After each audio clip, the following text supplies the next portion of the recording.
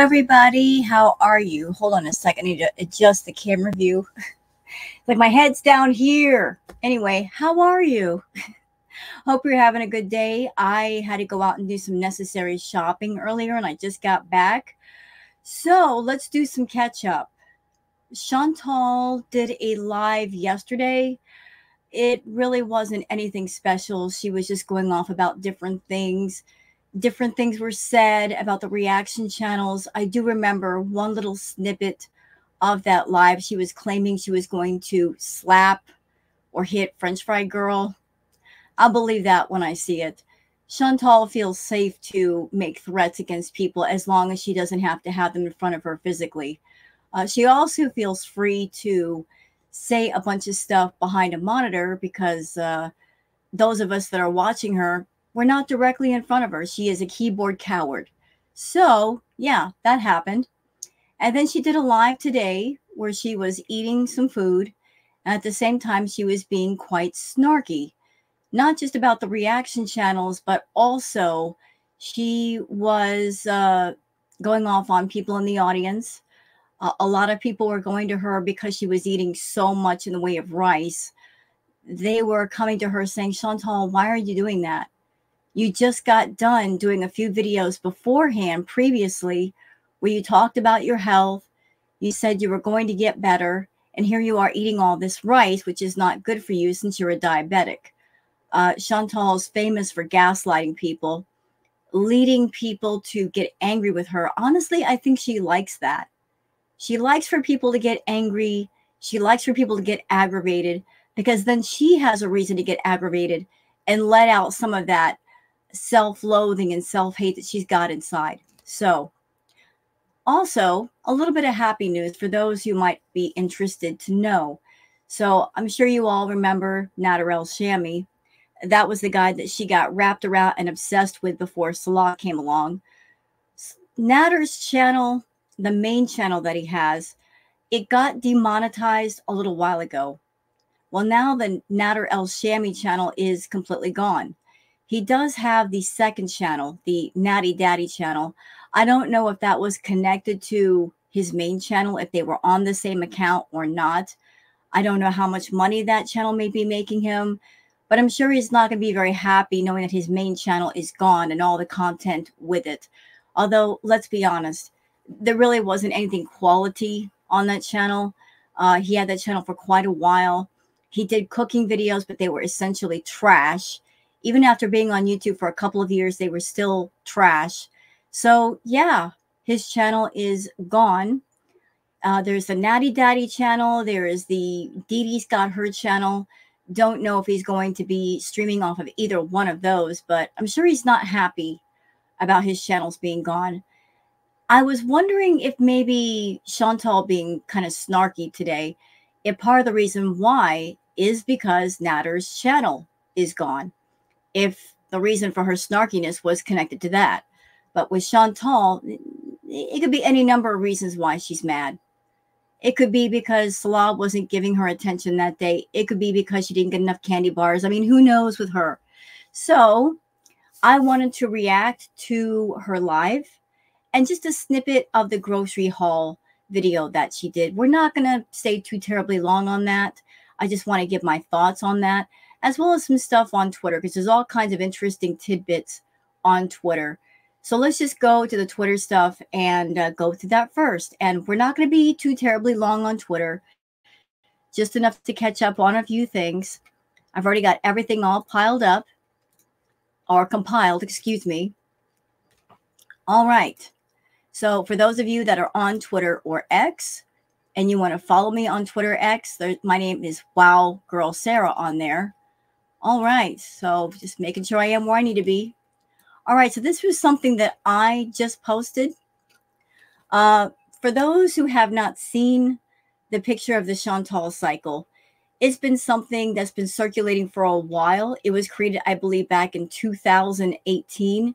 And the crazy thing is that this picture is still relevant today. So for anybody in the community that's kind of new to Foodie Beauty, you've heard of the Chantal cycle, but you're not quite sure what that means, please allow me to show you, along with this other picture that also applies to her. So I found this, and it's so Chantal. So the cycle of blank, you guys can see it. So we have the tension building, tensions increase, lack of communication, victim becomes fearful. Then we have the incident, verbal, emotional, and physical hurt. Then we have reconciliation. The person who does the hurt apologizes, gives excuses, blames the victim, denies the hurt occurred. Then after that is the calm. The relationship is relatively calm and peaceable, the honeymoon phase. So why does that apply to Chantal? Well, because she's an abusive person. She always has been. She has confessed herself to being emotionally abusive. I don't know if she's physically abusive. I can't 100% confirm that, but the feeling that I'm getting off of her is that she has temper tantrums. She has confessed to throwing things. I remember her once saying that when Pete said that Grace Kelly was very pretty, she threw a chair.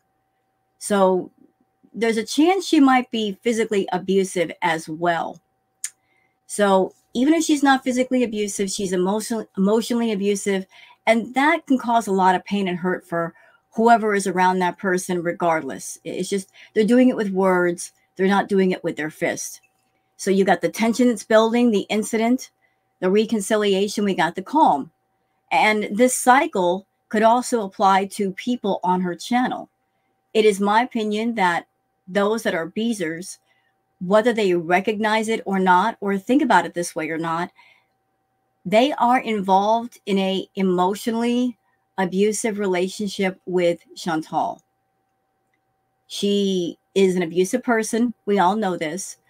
And she likes to hurt and manipulate and lie to her audience and keep them in a state of emotional distress and suspense. She'll go to her audience looking for sympathy, talking about all her health problems. She's looking for the sympathy. She's looking for the hugs and the kisses and the support. At the same time, she's not willing to care for herself. She wants everyone else to care for her, to devote all of their care to her. At the same time, she's not caring about the emotional state of her audience, about how they feel, what they're thinking.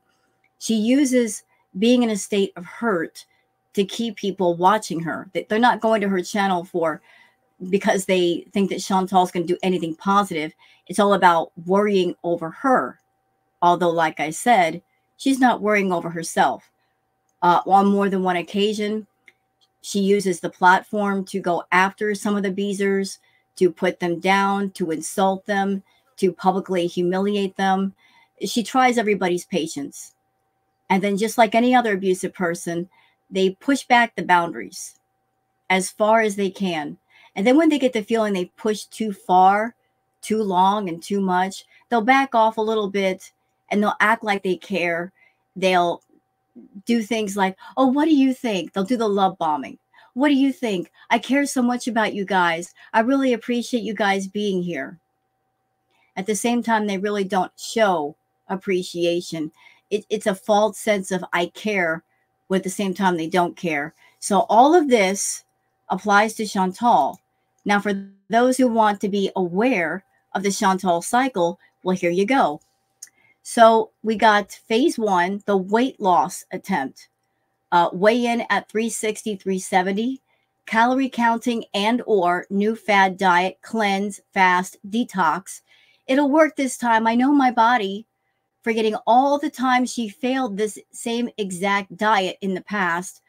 30-minute videos lecturing her viewers on pseudoscience she read from shady websites.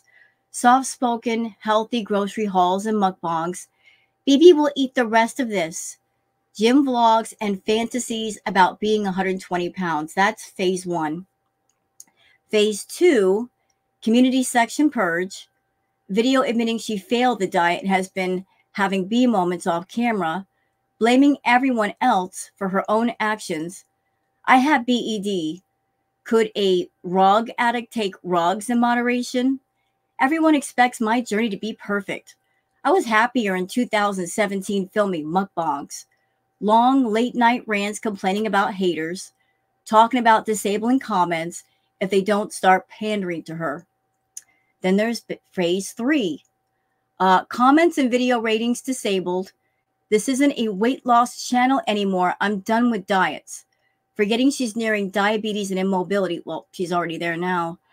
Regular fast food mukbangs and off-camera B moments. I can film mukbangs and still lose weight. I'll just count the calories. Drop in subscriber and view counts. My loyal followers will always stick with me. I don't care. Involving her in the trauma, even though she's involving herself. So that's phase 3. Phase 4, the awakening. Emotional video involving crying, admitting she can't go on like this. Comments re-enabled. Soft and vulnerable tone of voice. I'm going through a lot right now. Apologizing to people she's attacked and hurt.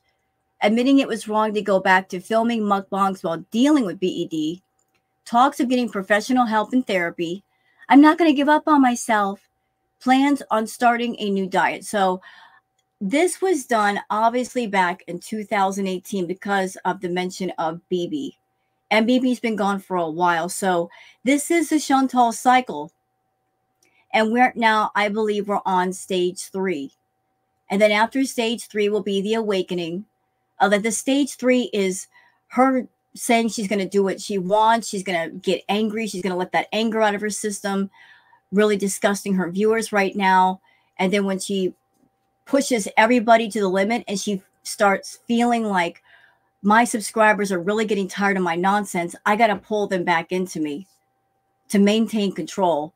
That's when she'll go into stage 4 and act like she actually cares about her health. But Beezers, if she really cared about her health, she would get it together. She's got the time, the resources, the money, the space, everything she needs to fix herself. But as crazy as it may sound, she does not care. She is a food addict. You guys need to understand that. It doesn't matter if the addiction is food or an illegal substance. She's got an addiction to something. She is an addict and she knows she's an addict, but she doesn't want to fix the addiction. She wants it to continue. And there's nothing that I, as a reactor, or anything that anybody else can say that's going to fix her, that's going to stop her. She's got to stop herself. She's got to reach that point where she's hit the wall and saying to herself, I really, really can't go on. She's got to go beyond just saying, I'm going to change, and actually do it. But in the meantime, she's acting like an emotional vampire and feeding off that negative emotion and the concern and stress that she's causing other people. So when you're dealing with an abusive person, and I think I can speak from personal experience on this, and you can take this all the way to the bank and cash this check. When you're dealing with an abusive person, whether they are in front of you physically in your personal life or someone online, one thing I know for certain, when it comes to abusive people, the best way to handle things is to get as far away from them as possible. Just cut off all contact. Because if you even maintain a little bit of contact, they will take advantage. They will still have a cable connected to you and they'll keep yanking on it. They'll keep yanking you back. And if you're around somebody, again, whether online or in person, if you find yourself feeling drained, tired, stressed out, you're feeling negative, every time you think of this person, every time you talk to them, every time you're around them, that is a sign from spirit that it's time to break away. Absolutely time. And breaking away does not mean that you're a bad person. It just means you're doing what you need to do for self-preservation to protect yourself. You are allowed to protect yourself. Disconnecting from something that hurts you is not a bad thing. It doesn't mean you're awful. It just means you are realizing what's important and you're acting on it. So just consider that. Just because Chantal is online, she's an abusive person and she's being abusive to anybody in her personal life and anybody online. If you're in Chantal's circle, you're probably hurting. You're probably stressed out. You're probably tired of the lies. You're tired of the runaround. and it might be draining you. And if that is happening, the place that you go to, the person that you talk to, is that a space where you need to be? There are other spaces to go to where you will not feel that way. Take it from somebody who's been through all kinds of stuff. Abusive people are abusive people. They will continue to abuse you as long as you let them. And an abusive person does not get fixed in a day or a week or a month. It's only when they've lost everybody around them and they're forced to take a good look at themselves do they do that. As long as they have control over other people, they will never change. So think about that.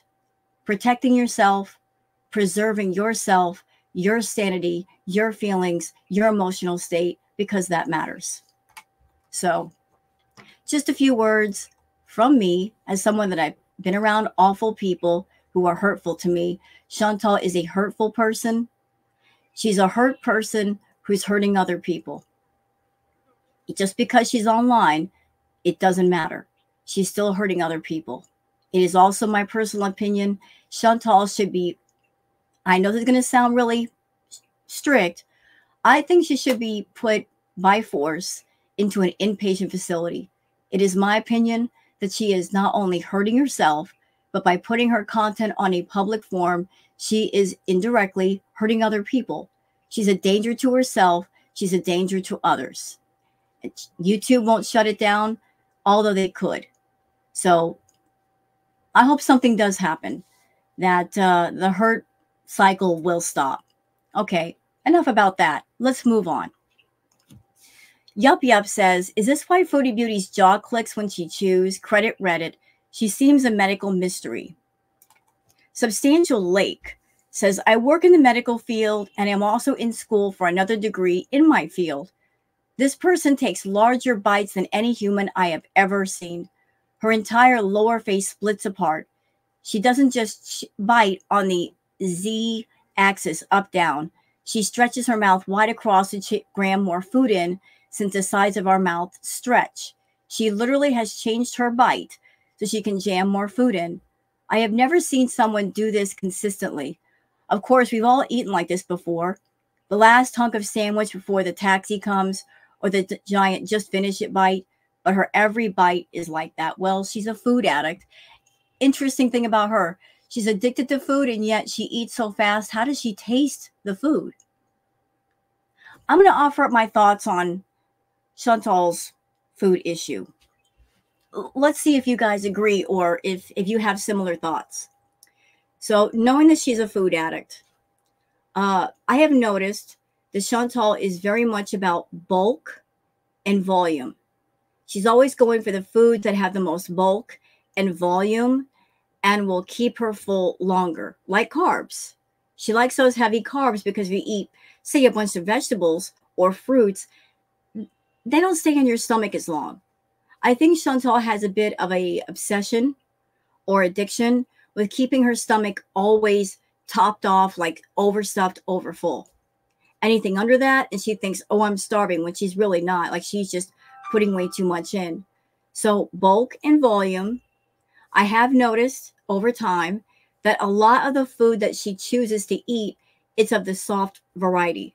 Could that be because of dental problems? More than likely. But also, theory, I think that she goes for the softer foods as a way to get it down faster.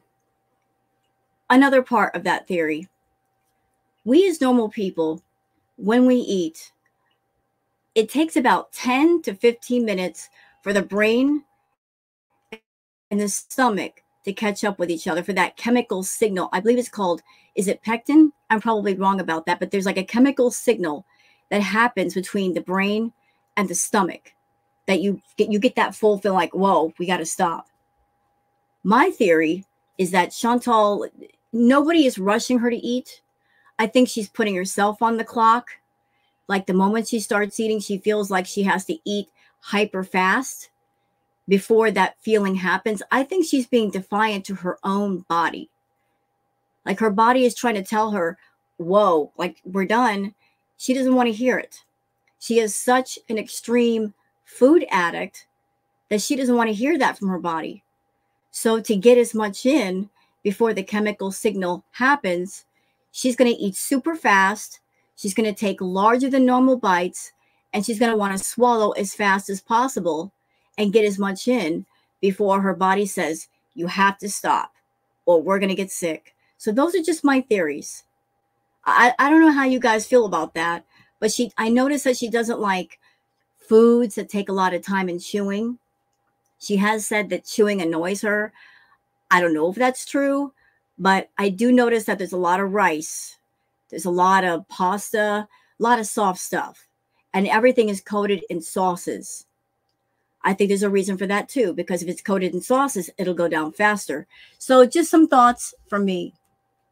What do you guys think? You guys can let me know in the comments. Yup says, another confirmation of why Foodie Beauty is in Kuwait. Take away food addiction and replace it with, an illegal substance. She essentially enjoys living in a part of the world that has the cheapest blank and brags about it. Look how much blank I can get for so cheap. I can have as much as I want. There are people that have the food issue, but I have never heard of somebody being so into food that they are willing to uproot their entire life in their home country and move to another country just so they can have more food at a cheaper price. That is wild to me. I love food so much. I love processed junk food so much. I'm going to move to another country so I can get more of it for cheaper, even though it's not doing me any good. I'm going to go to another country and just do nothing but eat fast food. But wait, there's more. Not only am I going to do that, but I'm going to set things up to where I have an accomplice. I have somebody assisting me with getting that food. I'm getting to a place where I'm practically immobile. I'm going to have an assistant that he can go out and get more fast food for me. He's going to act as an errand boy, if you will, so I can just lay on the couch in the seal position and continue to get more unhealthy meat. That is one heck of a toxic system, y'all. I mean, in a toxic way, she thought the whole thing out. Setting up a YouTube channel, doing the food fetish content on YouTube, setting up a whole financial system where she's not going out and working for her addiction, having other people pay for it, other people enable it, doing the fetish content on YouTube, not on a private forum. And I'm sure there are a few of those in her back pocket right now that are giving her money off camera or buying her meals. And on top of that, going to Kuwait to get cheaper food. I mean, it's just wild. Wild. This system of enabling an addiction is wild to me. It's like, wow. And wow in a bad way, not in a good way. It's like, you're in that deep hole, aren't you? All right, moving on. Lisa Manning says, let me get the timing right. Stay with me. Natter threatens to strike Mr. Snowflake in 48 hours if he doesn't remove the video. The Natter is gone before 48 hours is up. Sure showed him. Yeah, so that happened. Natter was threatening Mr. Snowflake. And then his channel gets removed. I call that karma. Natter, you shouldn't have been on YouTube in the first place. And let's be real, sir. Let's be really, really real. That cooking channel, you really aren't into cooking. You were on YouTube for what, 2 years? 2 years too long? The cooking never improved. The camera angles never improved. You should be ashamed of yourself, honestly. You came onto a platform that you had no business being a part of. Someone made a channel for you. Someone gave you an audience and a bunch of subscribers. You hated Foodie. If you had any scrap of talent or anything, you could have taken that fupa ball and ran with it. I mean, the opportunity was there, but the channel was never about the cooking, was it? It was about being in front of an audience of women and scamming those women behind the scenes with your little sob stories. And you made money on YouTube and you made money off of Chantal. So you had an opportunity to do well for yourself and you screwed it all up. And another thing, I'm sure you had all kinds of dirty tea about Chantal that you could have revealed. You could just reveal the dirty tea, made money, burn that bridge completely, but you never did because you were too happy to get the groceries from her still. So that's another blown opportunity. Should have cashed in when you could. I'll never understand the people that are loyal to Chantal because this is a woman who is not loyal to anybody but herself. Like, where's all this loyalty coming from? What has she done to inspire their loyalty? Even Pete's could drop the dime on her severely. He's got 17 years worth of dirt. He could cash in on that gold mine. He ain't. He's still waiting for her to come back and take care of him. Pete's, it's time to wake up, bro. She's not coming back to take care of you. If she comes back, she's going to expect you to take care of her. So don't look forward to that day. If she comes back, it's not going to be an easy ride for anybody. Okay, so next one. Fondue Pondu says, timestamps reporting today's live stream and the creators she threatened. Okay, this is for public information. People can do what they want here on my channel. I am not saying what to do either way. The timestamps reporting 1 hour, 15 minutes, 22 seconds, cyberbullying, Kalari C. 1 hour, 13 minutes, 21 seconds, threatening French fry girl. This is day 2 of physical threats. So this is the second time she's made physical threats against Frenchie. 43 minutes, threatens all the reaction channels. 40 minutes, threatening Just Breezin'. All these threats, of course she's doing it behind her phone. I wonder if she'd be speaking the same and she'd have that same energy if we were all directly in front of her. I doubt it. She feels safe because she doesn't have to look at anybody. Yup says Foodie Beauty uploaded another grocery haul video. Says the grocery store had a weight limit on how much produce a person can buy. She doesn't get that it's a food pantry, hence the limits. Keep eating. Yeah, about that. I did have some thoughts on that. So I find it strange that she's ordering online and they're giving weight limits and limits on produce. I'm sorry. My BS meter is going all the way off. In fact, it's going off so much it's about to break. I've never heard of that. I've never heard of any store having limits on produce. What I do know, though, for a fact, is if you're going to a food bank, you're only supposed to get so much of certain items, produce included. And a lot of the stuff, hold on, let me just blow this picture up real good. Okay, take a look at those bags. Please take a look at those bags. Yes or no, ladies and gentlemen? Do those look like bags that came from the grocery store? I mean, I know that it's Kuwait, and Kuwait might do things a bit differently, but whenever I go to the grocery store, if I am picking up bags of produce, the bags are going to look different. Those don't look like grocery store produce bags. Wouldn't there be some kind of label on the bags? Those look like bags that came from a food bank, like prepackaged vegetables and stuff that they give per person. And that's another thing that I find absolutely abhorrent about Foodie. She went over to Kuwait and she's got plenty of money and taking food from a food bank. Every single item that she takes that she probably ends up wasting because she doesn't cook anything. She's taking healthy produce that is going to go to waste because she's not going to eat it. Chantal buys a bunch of processed food and then she'll eat that first. And by the time she gets back around the produce, it's all rotted. You know, the produce should be used as quickly as possible. She doesn't use it. What she could do, if she wanted to, is take some of that produce and make, say, a healthy stew or a healthy soup and then freeze it or make it and have it for whenever. Nope, don't do that.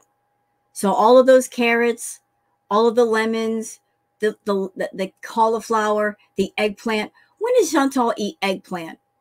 When did we ever see her eat eggplant? With eggplant, Eggplant, for those who have never eaten it, it's kind of bland. It's one of those things that it absorbs the flavor of whatever it is you put on top of it, and you got to press it and get the water out of it. Chantal doesn't eat eggplant. So why all that eggplant? That looks like stuff from a food bank for me. It does. Chantal, you shouldn't be taking food from a food bank or a food pantry. Leave that food for people that honestly need it and are going to, that they need it and they're going to make meals out of it. You're just wasting it. You're absolutely wasting it. Much like how you wasted the Hello Fresh meals that you ordered. The food would come to your house and then would just go rot in your fridge. Just wasted food that can go to another person. Like, how dare you? Now it makes me so mad. People who waste food on purpose don't even have the good sense that if you get stuff from a food bank and you don't want to eat it, find someone else that will eat it. Salah's got family. Give the food to them. Here you go. Here's some free lettuce and carrots and whatever else. We're not going to eat it. I don't want to waste it. Here, do something with it. I'm sure they would take it or somebody else would take it. It's better than it rotting in the garbage.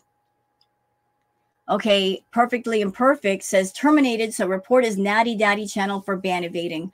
Again, I don't know if he's ban evading. I don't know if the Natty Daddy channel is another account or connected to the first one. So I have no idea on that. All right, so DX on Twitter gives the recaps of the lives to keep everybody updated. And thank you, DX. So this is some of the stuff that Chantal was saying during the live. DX says, Chantal saying all of this, says Alex is shook and his whiny voice makes her want to stab her ears out. This coming from the woman that sounds like a 16-year-old valley girl with no education. She's a 40-year-old woman who does not talk like a 40-year-old woman. And Amberlyn Reed is even worse. That's why I can't really react to her. Just the valley girl talk drives me up the wall.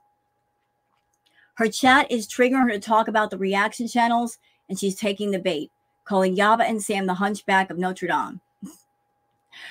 The reason why the chat is after her to talk about the reaction channels, they want to see her rage. She comes after us as reaction channels saying, they just want to see me rage. People in your own chat want to see you rage. That's the only time she's interesting. Isn't that sad? She's been on YouTube for what, 7, 8 years?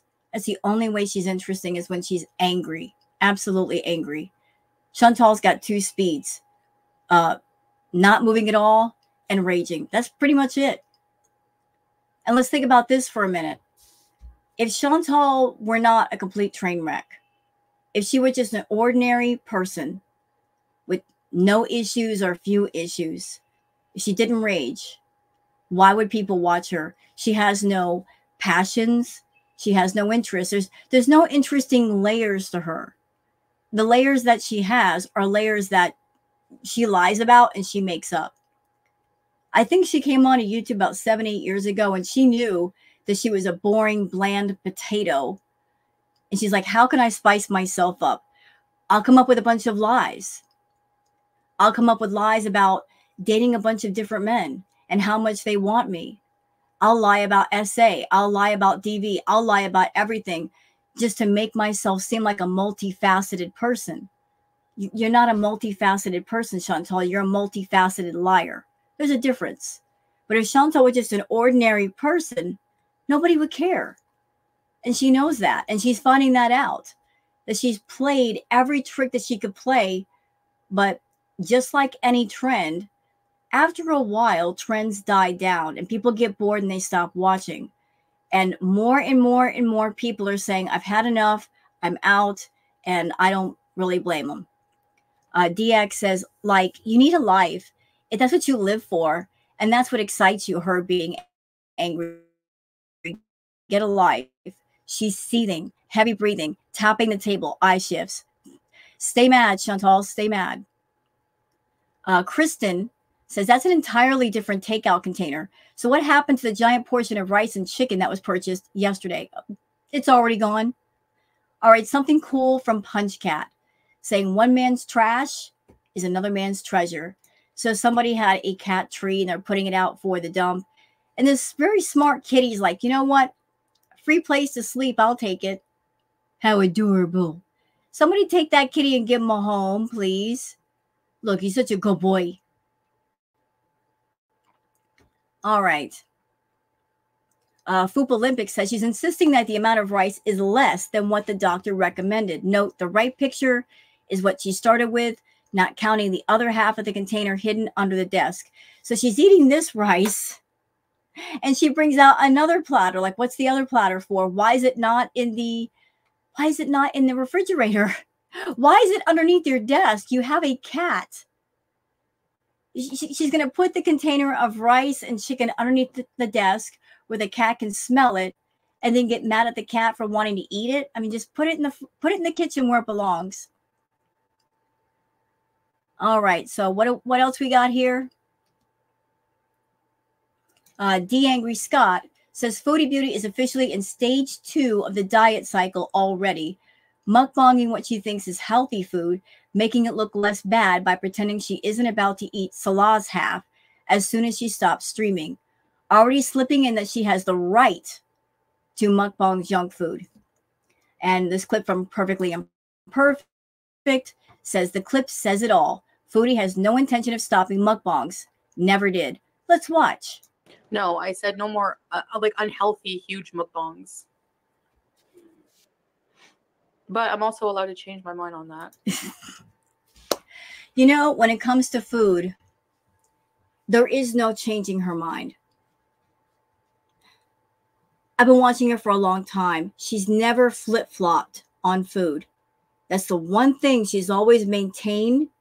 Food is something that she's practically married to. She has a relationship with food. And she's never cheated on food. She's never divorced herself away from food. She's been ever faithful to food. So devoted to food. But she's never changed her mind on food.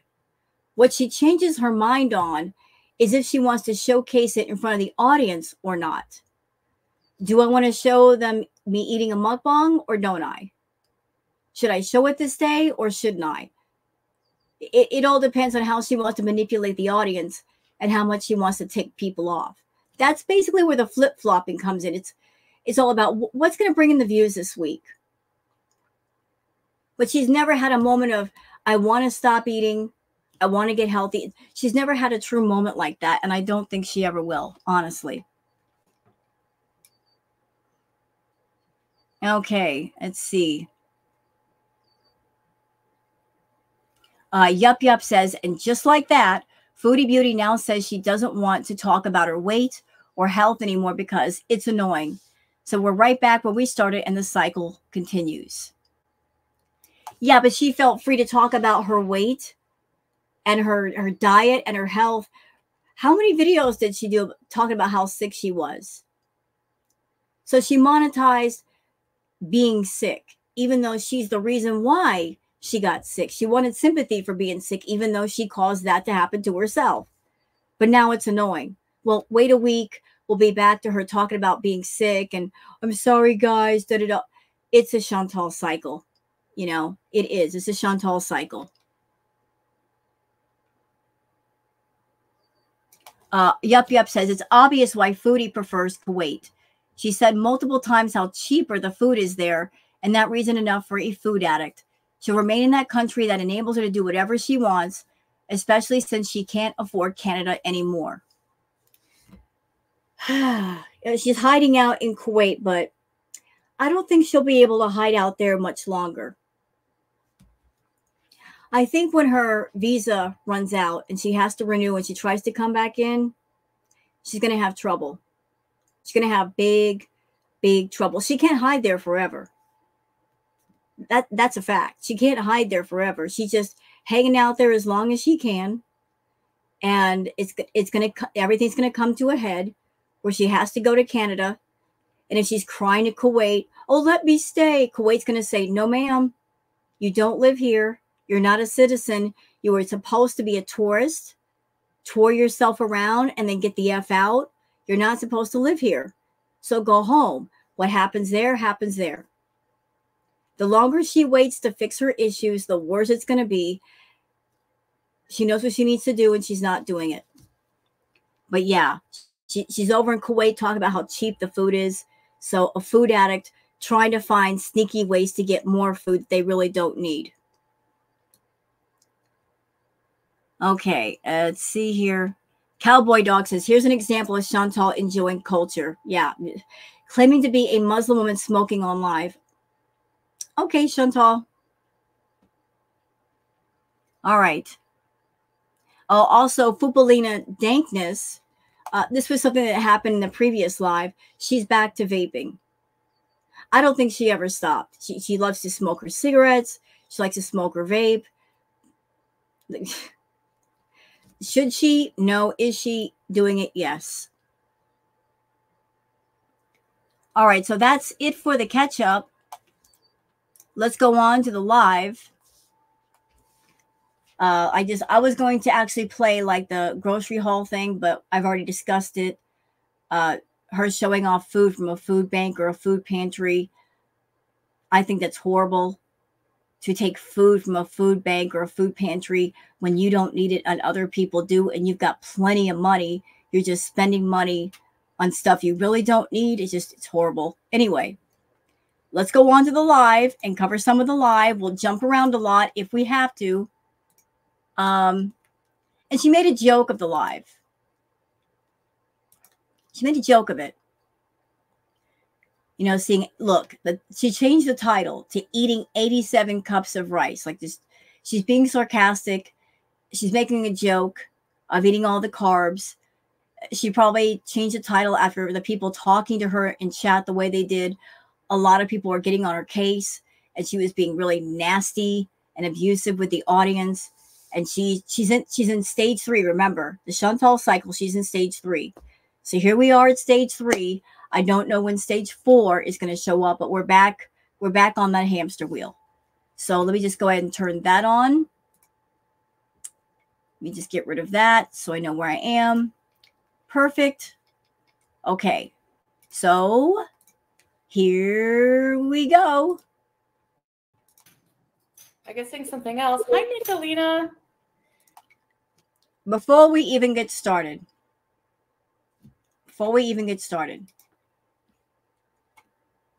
I'm blowing that up for a reason.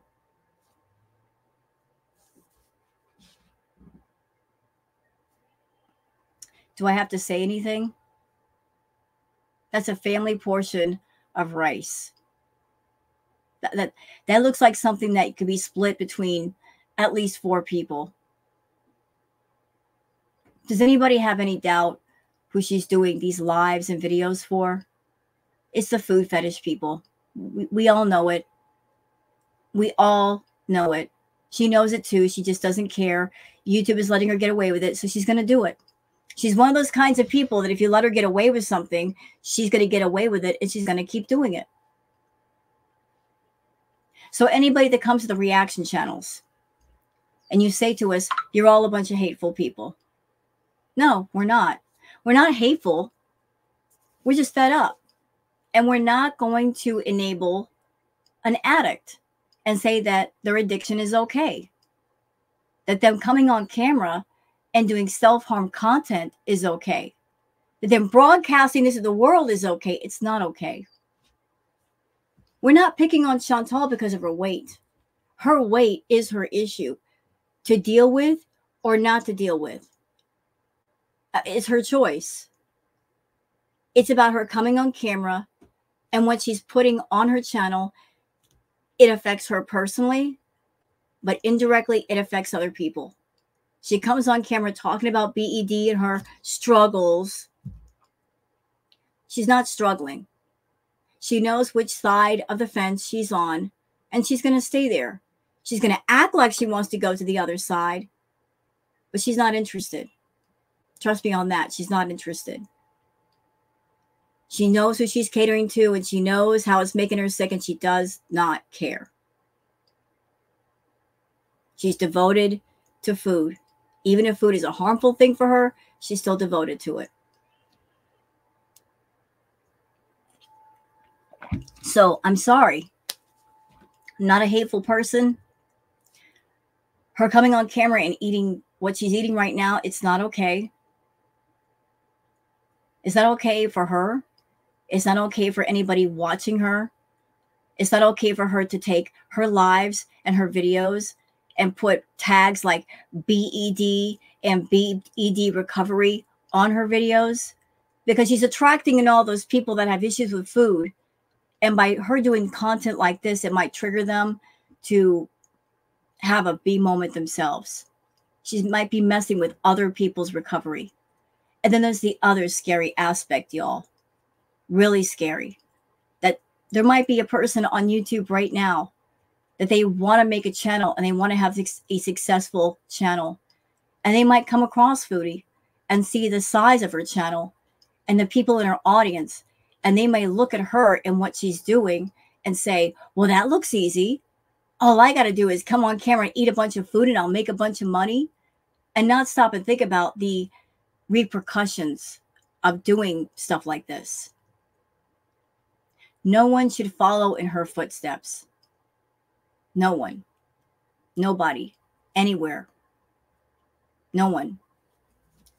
She should take this, go to OnlyFans or Patreon or some other private platform, put it there. The people that want to see it can see it. They know what they're looking at. But putting fetish content on a public platform when half the people that watch don't understand or know that it's fetish content is wrong. Because when it comes to anything fetish related, even audience members have the right to be informed, and they have the right to give consent or not consent. When they are not informed, you're taking that ability for them to consent or not consent away. So just wanted to say that. So let's get started with this particular live. Hey, sister. Ooh, baby, that's what I like. Okay, so I get the chicken, but okay, first I'm going to dish up the rice. Chicken breast. And for the record, if you want to know why I think she's eating all of this on a live, again, this is not for the majority of her audience. This is to attract more of the feedy people. Like, she's essentially using YouTube and her channel as a portal to showcase what she looks like, to showcase her weight, to showcase the amount of food she eats, to attract those fetish guys. They reach out to her on Instagram or through email. They pay her through PayPal. I mean, this is her advertisement time for those feedy people. This isn't about her being hungry and getting her fix. There's that too, but there's a more toxic purpose to her doing this. Okay. Just a bit of rice here. Like that. And a wiggle and a wobble and a handle and a hobble. Look how happy she is. Like, she's got food in front of her and she's singing. Does she sing like that any other time? No. Food makes her happy. Nothing else makes her happy.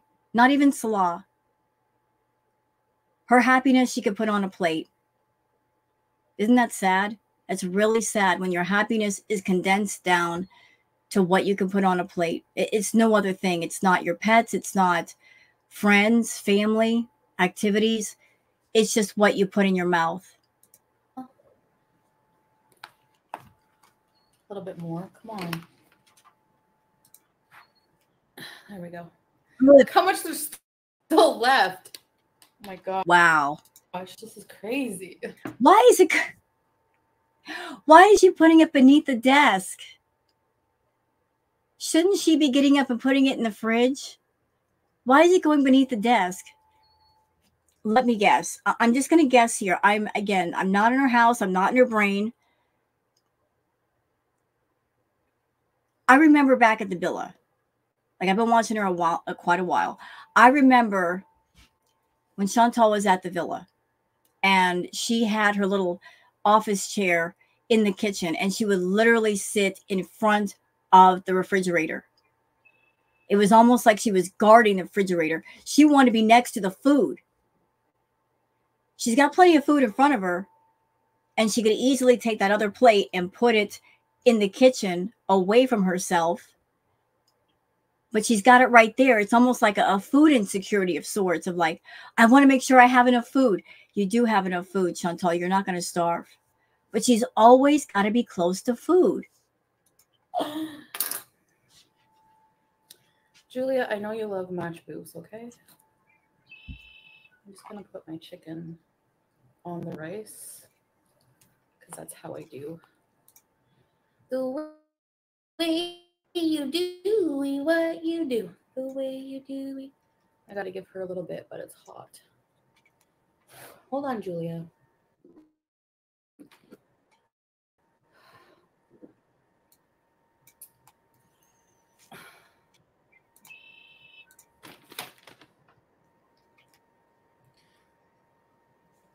The food is not, well, you can make it spicy, but this is not spicy on its own. No. And honestly, I don't even know why you would have to order out something like this. I mean, it looks like a very simple dish. Chicken and rice. Why order takeout for chicken and rice? You can make chicken and rice at home. Oh. Yes, there's sauce. It's steaming, I know. That's why I gotta wait for it to cool off, Julia. Take off the turmeric parts. You want some chicky chick? And it's starting already.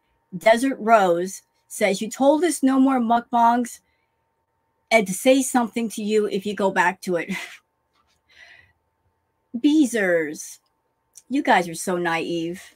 You really are so naive. You're so trusting. Rule number 1, Chantal lies. Chantal tells on herself, but she lies before she tells on herself. She's gaslighting you. If she goes back on her word, if she changes her mind, you're not supposed to say anything. All you're supposed to do is say yes and nod your head and go along with whatever's going on and not stop her from her hurting herself. Here. You can have some chicky chick. Oh, yes. I know you love chicky chick. I know you love chicky chick. Okay. And then just this much. And this will go also in the leftovers. There are no leftovers in your house, Chantal. Never. Are you saving some food to do a private feeder video for somebody? Is that what you're doing? One meal for the live, one meal for the person paying you. Is that what's going on? All right. And now we're going to have some greens.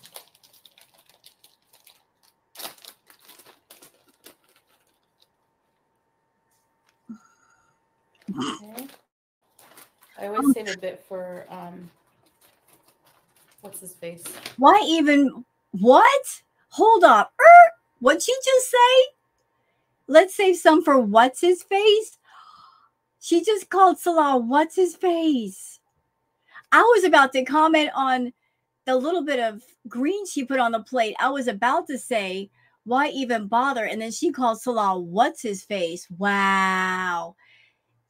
Did you forget this guy is supposed to play the part of your husband and you're referring to him as Mr. What's his face?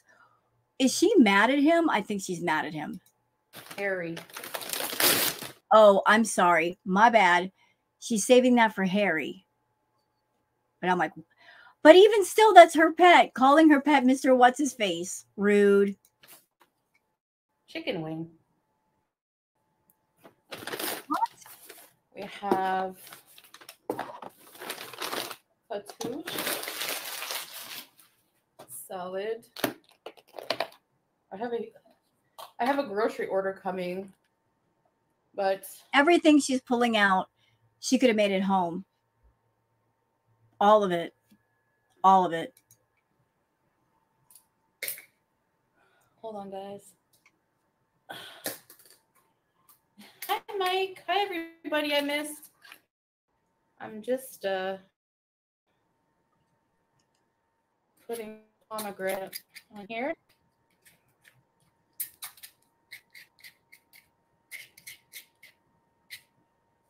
The And this idiot, Salah, saying, hey, Google, yes, of course, only healthy food for her and no more junk or unhealthy ones. Salah, you a lie. You're lying, sir. Listen, we're not stupid. We know that when she does her grocery hauls, there are bags of stuff she doesn't show us. She doesn't show our audience. There's going to be a bag of candy bars and cookies and things like that. Probably 2 or 3 bags that we don't see. That's her little junk food stash. As far as what she's got in front of her, look at all those carbs, sir, that she's going to scarf down. That's unhealthy for her. She's loading up on thousands of calories and carbs. And she's sedentary, and she's not going to work that off. I think that Chantal likes the fact that Salah doesn't understand her issue with food. She painted a picture for him. Oh, I just get on YouTube and I make money with eating food, and he bought it and he doesn't care. You know, as long as he gets his check, he doesn't care what she does. He doesn't care if she eats a house or a pair of shoes, as long as he gets his cut. Oh, okay, babe. Do whatever you want to, babe. She likes the fact that he's not on top of everything, and he's not going to tell her no. You like your chicky chick? You like your chicky chick. Lemon juice and olive oil. Not too much. Okay.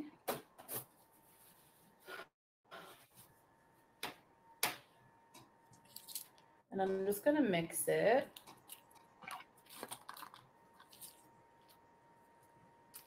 I'll show you guys my meal in a second. Okay, I'm going to mix that and put it here. Wow. Try to...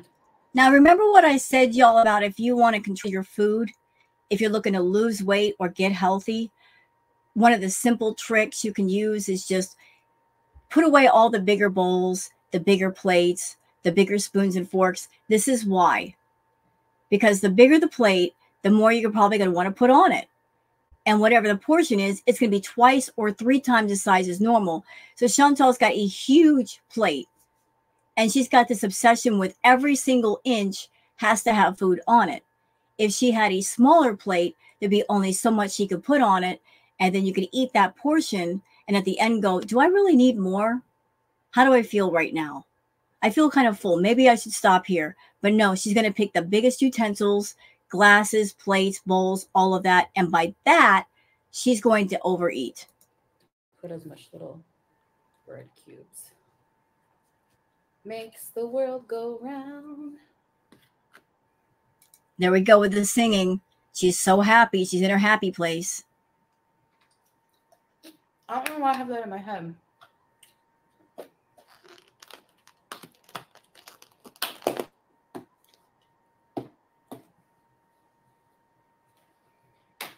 Okay. Last and not least, you do take care of me, babe. It's a pretty balanced meal. Ta-da! So what we put on it is... Okay, you know what? Let me just scoot ahead a little bit, get past some of this food. Okay, let's just do that. Like she started to talk. Apologies for her eating. Not a fan of it, but she's really snarky in this live, and that's why I'm covering it. Well, people don't know the difference between good carbs and bad carbs.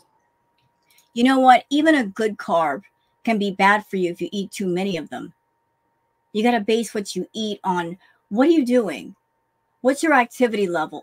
Are you really, really active? Are you doing really labor-intensive work? Are you walking on your feet all day? Or are you sitting at home doing nothing? You base your food intake, your calorie intake, and all that on what kind of lifestyle you have. So if you're eating a good carb, if you're eating too much of it, it's still bad. So I just ignore it. Hey, Nikki. My blood sugars are better than ever. So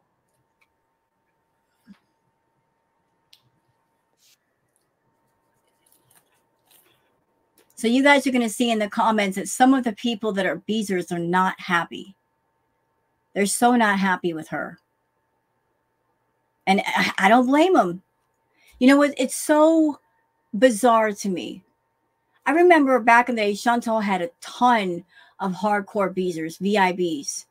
She's lost a lot of them. Had she done the right content, positive content, her channel would have been naturally, organically over 100K without her having to buy subs or go to Ducat and get the subs that way. But she's lost a lot of people based on what she does and how she does it. And now here we are. And she's got a whole new crop of Beezers that don't know the lore.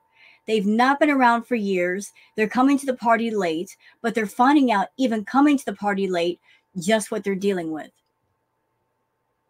They're dealing with someone who's a food addict that makes a bunch of empty promises, is abusive, and doesn't care. Not about them, not about herself either.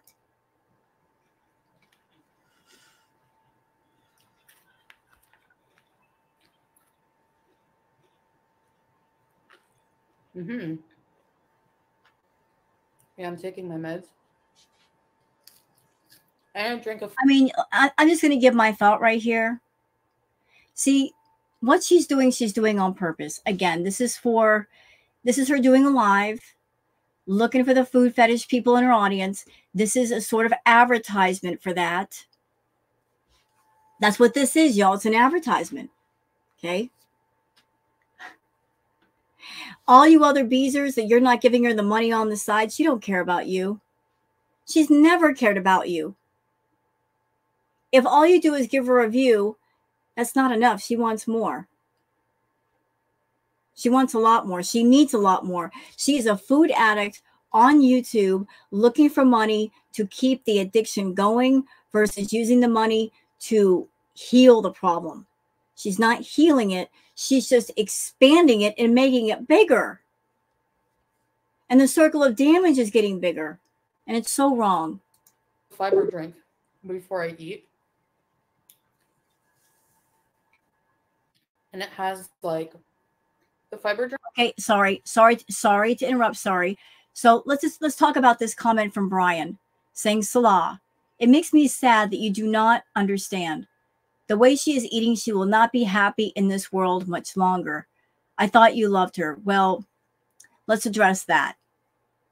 The saying that it makes this person sad that he doesn't understand. Well, to be fair, a lot of people don't understand food addiction. They can't make the jump. They can't make the comparison, thinking that food is on the same level as, say, an illegal substance or a controlled substance.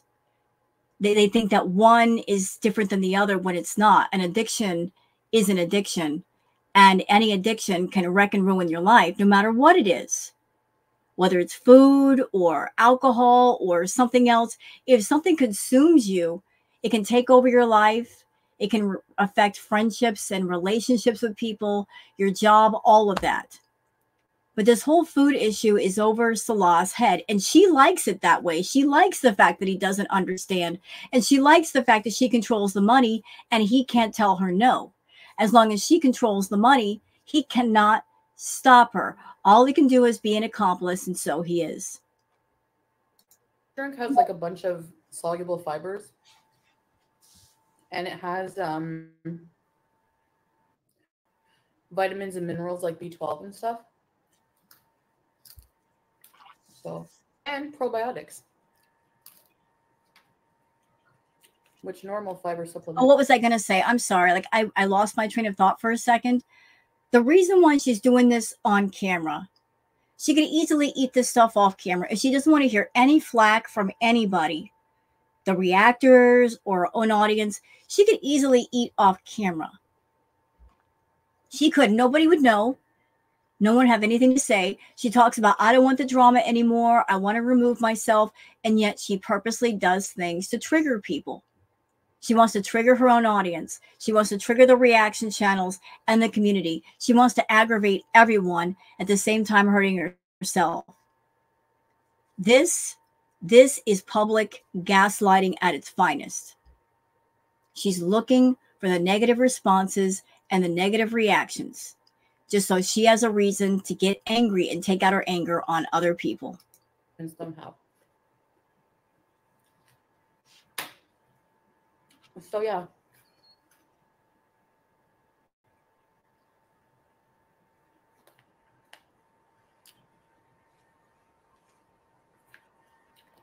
Actually, one of the worst things you can also eat for breakfast, and this is going to surprise you, but I saw a video from a doctor, bacon and eggs, because anything high in saturated fat might not spike your blood sugar right away, but in the long run, it actually contributes to insulin resistance. Because saturated fats are actually responsible for blocking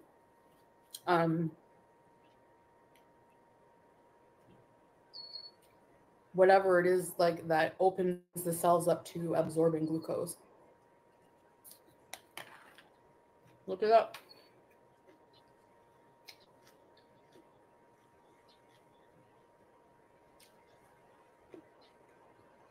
Hi, Doc Puppet. I've been doing a lot of research. Yeah, I do know a lot about nutrition. Just because I struggle with food. You don't struggle, you give in. And I hate the fact that she uses that word, struggle, like kind of pointing and signaling in the direction of, I'm an addict and I'm struggling. She's not struggling. She gives in every single time.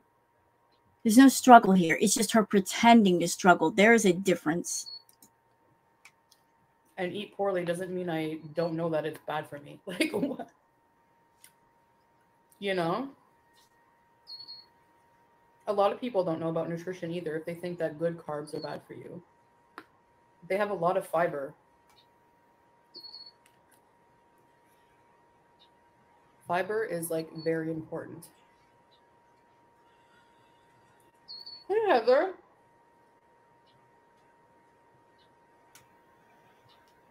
This is not bad for you. No, I didn't, Emma. I'm telling you, Beezers, look, some of you get on my last nerve. Those of you that you're on board with this problem of hers, you get on my nerves. Those of you that get in her audience and you know she's got an issue with food and she's a food addict and you get in the chat talking about food, you get on my nerves. You irritate me. It blows my mind. Those of you that you swear you care about Chantal, at the same time, you're freaking stupid. She's told you, I'm a food addict. I have a problem with food. I have a food addiction. You know this. You also know about all of her health issues. And I understand Chantal will start the conversation. She's eating the food. She's talking about food, but you don't have to engage with that. You don't have to encourage it and keep it going. You can maybe switch the conversation to something else. But those of you that get in the chat and you'll start talking about different desserts and pies and stuff, understand what you're doing. You're talking about something that someone is addicted to, and you're putting it in the front of their mind. And what do you think is going to happen?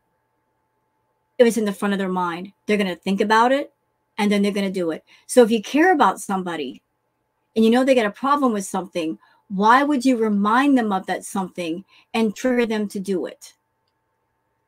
I mean, you got to pick a lane. If you care about somebody, you would not bring up the source of their addiction and put it in their face. I mean, that's right on par with, say, somebody out there in the world right now that has an issue with, say, alcohol. You know, they got a problem with alcohol. You know they do. You've talked to them. And then walking up to that person and you start talking about alcohol, saying stuff like, hey, man, let's get a drink. Or, man, I was so wasted last night, man, that Hennessy was so severe. Do you understand what I'm saying? When we're talking about an active addict, and she is, you do not walk up to the addict and mention the source of their addiction to them. You stay away from that topic out of respect, out of decency. You don't talk about it. Even if they initiate the conversation, you stay the F away. So anybody over there, if you really care about her, you will not engage in that kind of conversation with her. And if you do, you're either a troll, or you're a feedy person, or you're a straight up a-hole. So which is it, A, B, or C? I wonder. Actually, I hadn't really been eating bad food. I haven't had any fast food at all. What is that then? That's takeout. No fast food. That is takeout. What is that? Which is a miracle. No, it ain't. And you know what? I don't believe you. I believe you have had takeout. You're just not ready to showcase it publicly yet. You're moving us back into that avenue. First, we started off with, I'm going to get healthy. No more mukbangs. You're back to doing the mukbangs. You're being defiant about it. Next stop, going back to Burger King. You know what we're going to hear, y'all? You know what we're going to hear? Oh, you guys don't understand. I was craving this, therefore I should do it. I'm allowed to change my mind, blah, blah, blah, blah, blah. It's going to happen.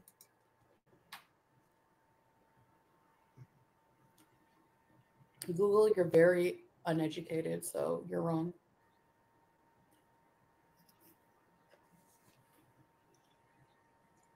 No, I didn't get Domino's. I don't even like Domino's anymore. Plus, I'm boycotting Domino's.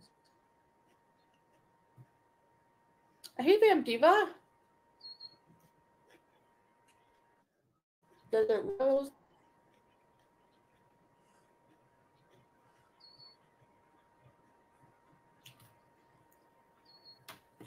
Fluffy Puff says, if you did your research, you would know basmati rice is not diabetic friendly. Try barley instead. Oh, she won't because she wants the unhealthy stuff. Substop is a sandwich place. You know, I'm curious about something. Let's stop here for a second. How many calories are in, oh, excuse me, 1 cup, oh, pardon me, 1 cup of basmati rice? I'm just wondering. Okay, information. 1 cup of cooked white basmati rice contains about 210 calories. I don't know how many cups of rice are in that container, but each cup is 210 calories. She's got at least 4 or 5 cups right there in that container. Now, keep in mind, she's 5 feet tall, right? I'm 5'3", about 130 pounds.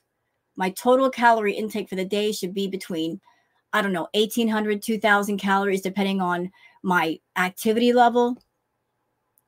That rice in that container that she's eating, that container like has almost the entire day of calories plus then some. Plus, she's also got the salad and the dressing that goes with it, and the chicken, all in one sitting, all in one meal.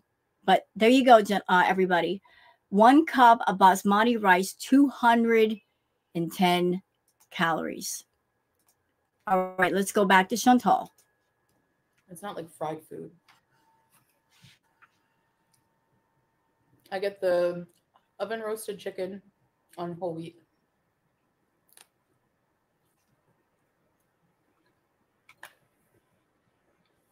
No, I didn't say I got Domino's.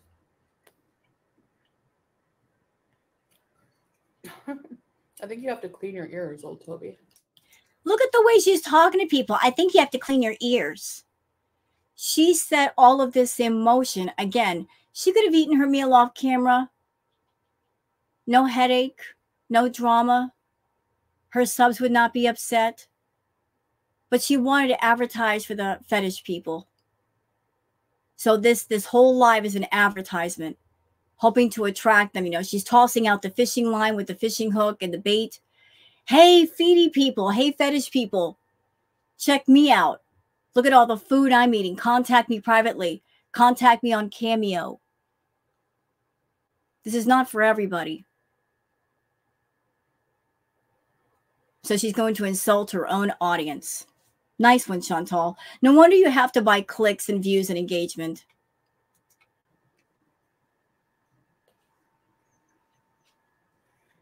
How is this enough rice to feed a family, Debbie? Get the hell out of here, you friggin' weirdo.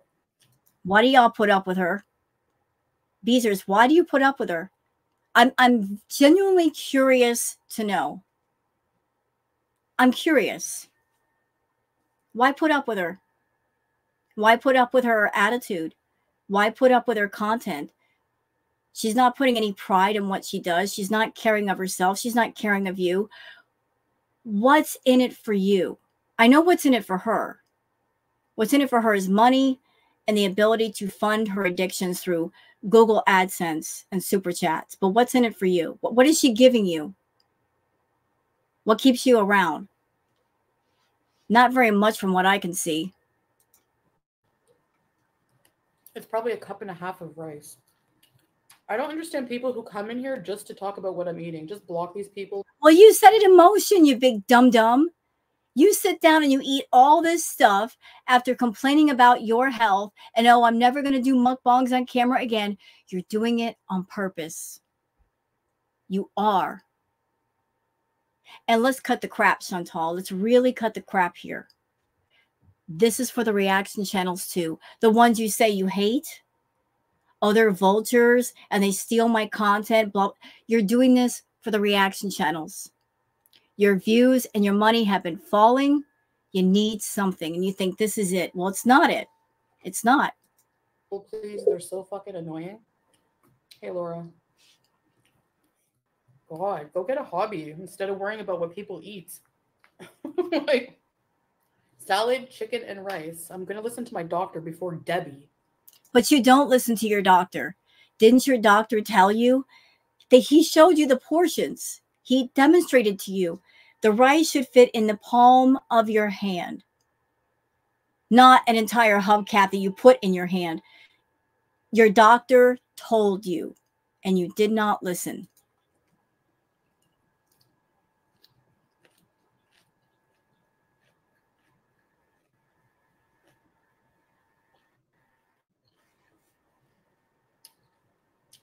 I've done meal prepping in the past.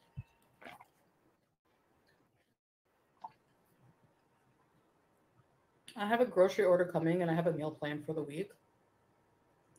So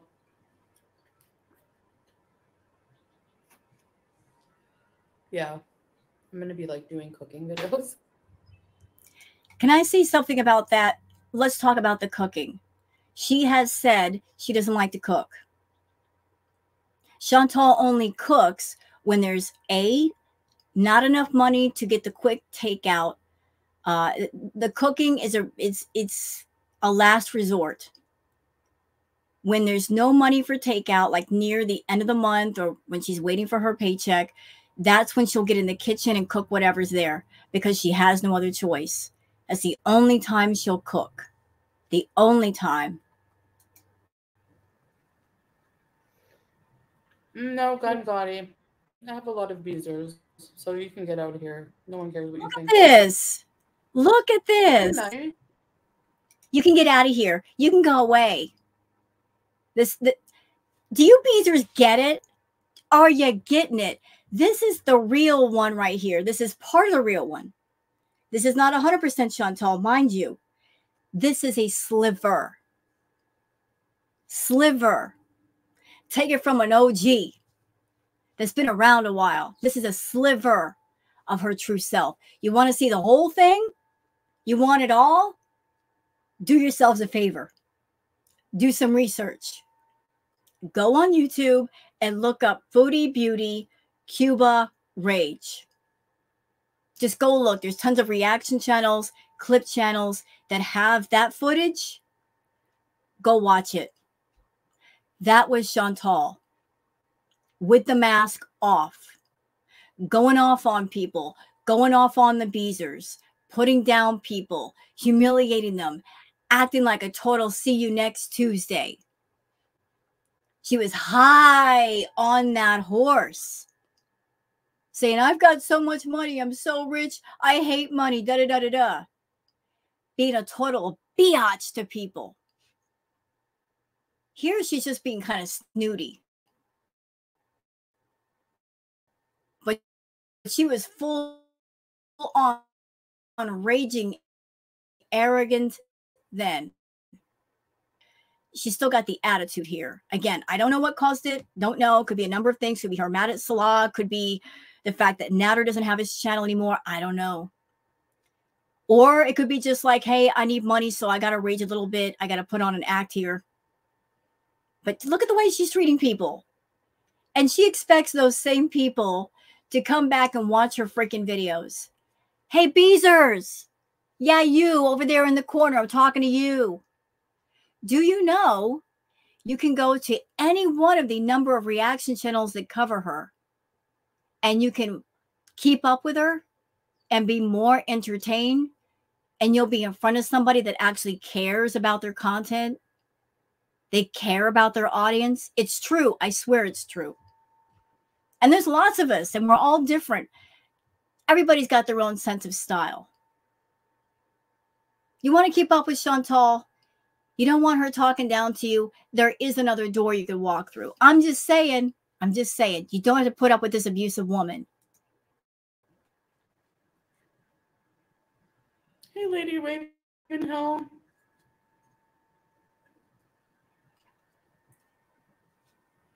Boom. So Soggy Bottom says, what are we supposed to talk about? Food is always the main subject. Yeah, it is. A food addict who is obsessed with food, who wants to eat food and talk about food. They don't understand that their obsession and addiction is not everybody else's addiction and obsession. Hence the reason why we find it boring. She thinks we're off our rocker because we don't find it interesting. She doesn't understand at all. No, I'm going to keep eating rice, Kareem. Go read a fucking book on nutrition. Woo! Listen to that mouth. Hey, Crafty Gypsy. You shouldn't be using that naughty language, Miriam. Baby reindeer.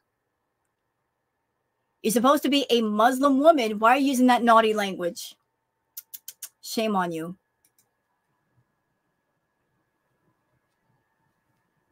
Yeah, I did work out today. No, you didn't. If she worked out, we'd know. Because as little as Chantal does, if she worked out, she'd be hurting right now. She'd be sore. She'd be coming on camera saying, oh my God, my back hurts, my legs. She's not worked out. She's not worked out.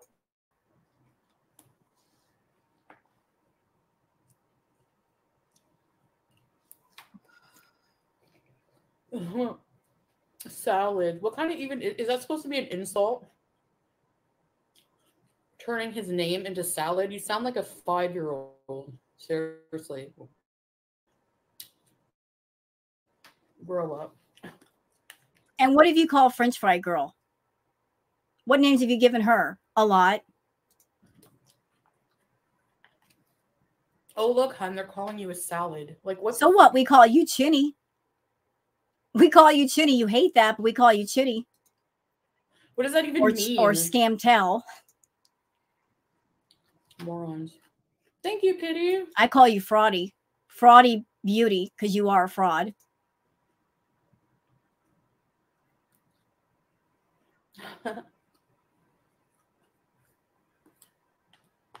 And this right here, Charles Reed says there's always new Beezers to replace the fallen Beezers. And that was the system that Chantal depended upon long ago, like when she was in her heyday and she was making money. That was her attitude. Oh, you guys can leave if you want to. There'll be more people to replace you. She always counted on that system, and it made her arrogant. That's why she felt free to be abusive to people. But less and less people are watching her and signing up to her. Hence the reason why she's got to keep the rage and the arrogance to a certain level. She can't afford to be at full-on rude. This is one of the best places in Kuwait. Immaturity zombies. I know. Salad boy. Okay, what does that even fucking... Does that mean that he likes salad? Like... How you get you? Well, you know what? To be fair, Chantal, when you were with Natter and you were fine with him, you called him Natter. And then when you were angry at him, suddenly he became Nattered. And that's something you still sometimes do. So you give names to people too. And Dee Doo Doo. When you really think about it, it's so our word. Like, anyway, weird people. Pillow arrangement. Hey, sweepstakes. Hey, Shelly. Hi, ice cream.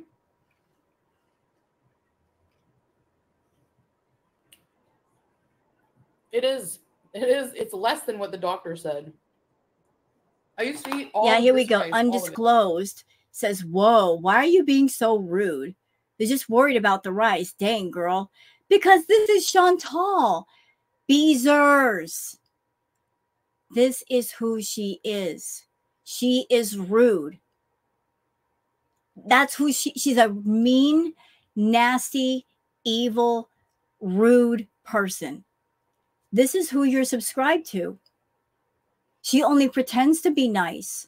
She only pretends to care to get more money out of you or to keep you watching her videos so that when you watch her videos, she gets money and she can turn around and use for her food addiction. And that's facts. There's no real honest niceness there. It's about manipulative. I'm getting something out of this niceness. It's about keeping the toxicity going. Y'all need to wake up. Y'all, really, you need to wake up. What? So just... Why is that food beneath the desk? Why is it not in the kitchen? That will make food go bad so quickly. Shut up. With peace and love. Go carb hate somewhere else because I'm tired of it. You should be eating only meat. Get a life. That's so unhealthy. Please.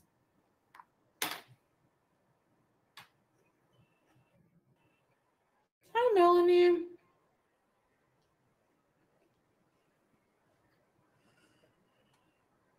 No, it's for Slaw. That's his meal for later.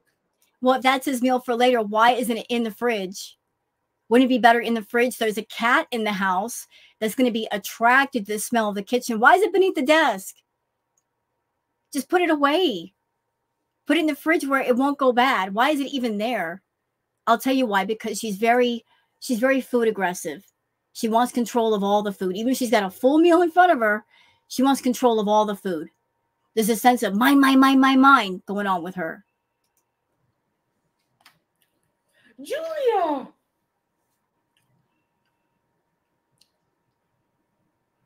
Oatmeal.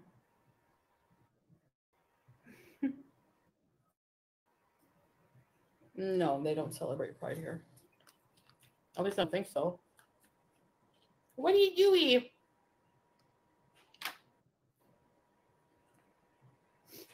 Remember the Sting song Desert Rose? Oh yeah, how did it go again? Thank you, Lady Ravenhill. Charles Reed, carb haters. I'm gonna make merch that says I eat carbs. F off. Chantal, you don't have the motivation to set up a merch store. And here's the sad thing. Had you done that like ages ago, back in your heyday, you would have made bank off your merch. If you would have taken just a little bit of time to make up, say, some t-shirts or mugs or something with the logo Foodie Beauty and some kind of picture, you would have made money off of that. But you were just like, oh, I just want to eat my food. And now here we are. 8 years later, nothing to show for all the money you made, except for bad health.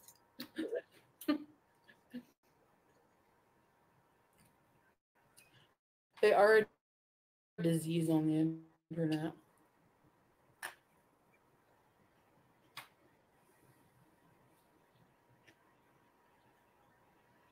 Katrina. I have a pickle. I don't know what this is. I think it's like some kind of garlic.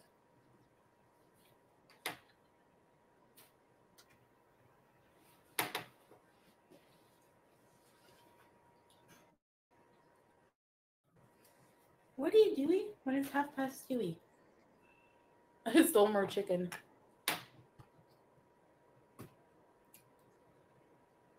It's not radish. It's like a garlic. It's like a type of garlic.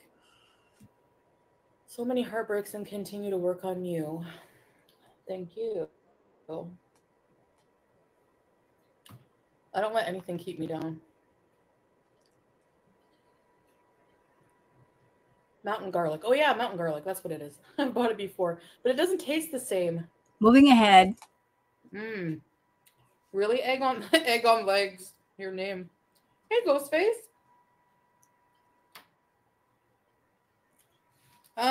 Moving ahead. Suffer. Hi, Beans.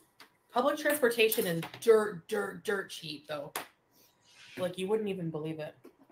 So yeah, Salah had, whenever you're hungry he had a really huge breakfast and I didn't. I had some leftover Jarish actually, and a little bit of peanut butter, and that's it. So I was pretty hungry. And not only that, but I have to eat with my metformin I took just before this, my second pill of the day, because like if I don't, I get the worst gut rot ever. So yeah, about that. So you're taking the metformin, which is not bad. You need to take your medication. But if you're expecting your medication to kind of counterbalance and counteract all the carbs you eat, it can only do so much, Chantal. You can't use your medication as a final Hail Mary to keep your blood sugar from going to, say, in the 20s or 30s, dude.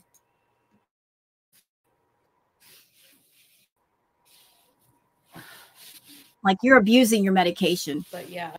You only take you're taking the medication so you can continue to have B moments.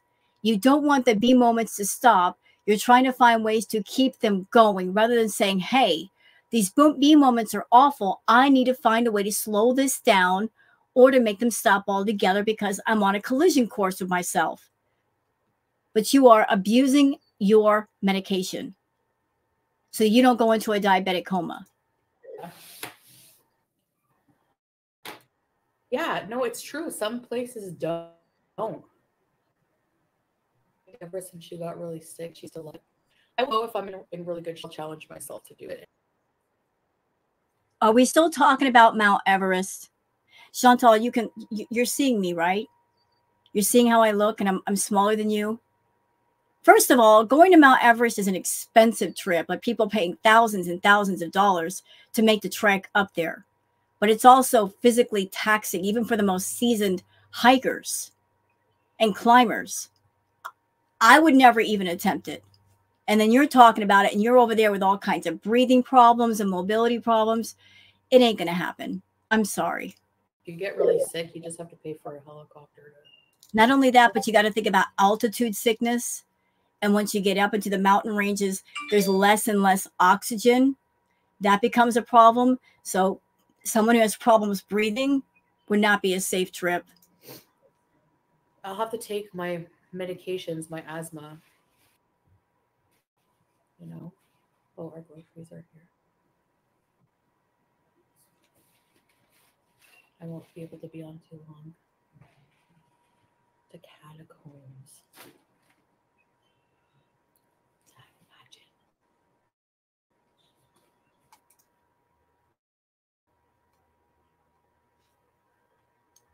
I've heard that she goes off on the reactors in here. ASMR true. Ooh, I got loud. Why did it get loud? Where did she put the microphone? Sorry about that. Crime.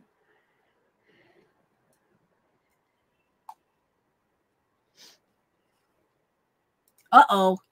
Uh-oh. She's putting on the red lipstick, y'all. Y'all know what that means. If she puts on the red lipstick, we're all in trouble. Well, you know what they say about putting lipstick on a pig. Well, finish the rest.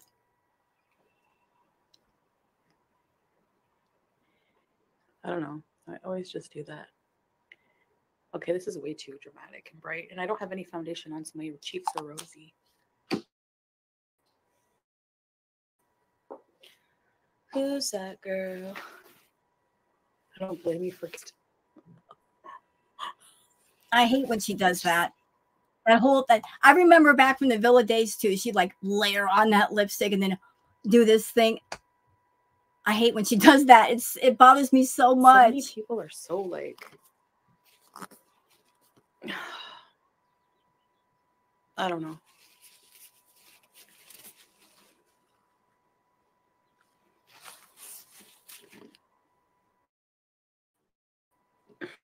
My cheeks are red and puffy.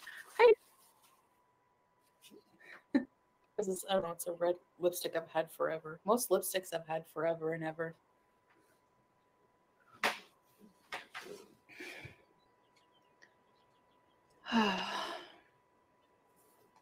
Yeah, well, Zoe, it turns out that that's annoying, and it makes me not. I don't even want to talk about my weight or health anymore at all. I don't want to. Everybody note that down. Please note down the day. It is June 4th. She's saying she's not going to talk about her health anymore or her weight anymore.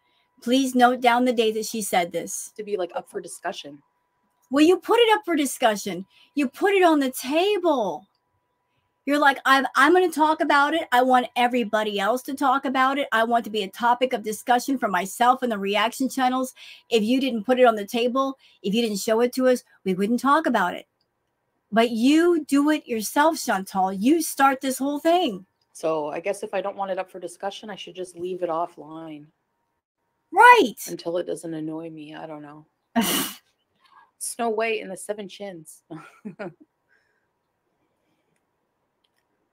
The groceries here.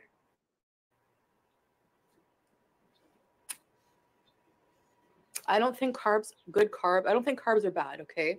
So, like I said, I drink a fiber drink before any meal so that it's not going to spike my blood sugar whatsoever. And every Chantal, you're doing this wrong. You're trying to find little sneaky workarounds so you can have your B moments and overeat. You say you're drinking a fiber drink to control your blood sugar. You're using the metformin and all that and the Janumet to control your blood sugar when the easiest solution is right there in front of you. Just control your food and the amount of carbs you eat. But you're counting on other things to keep you out of the hospital. Well, there's going to reach a point where those things cannot and will not work. Every time I take my blood sugars, they're lower than ever. So, I mean, like, what more proof do you need? There is no proof, though. You're not showing us anything, and we can't go by your word. You're not trustworthy. I don't trust your word. It's actually saturated fat that causes insulin resistance, not carbs. But you have a carb intolerance because of that. Let's see if you find that so easy, then talk to her like that. Thank you, Waleed. Yeah. Nobody, I don't know.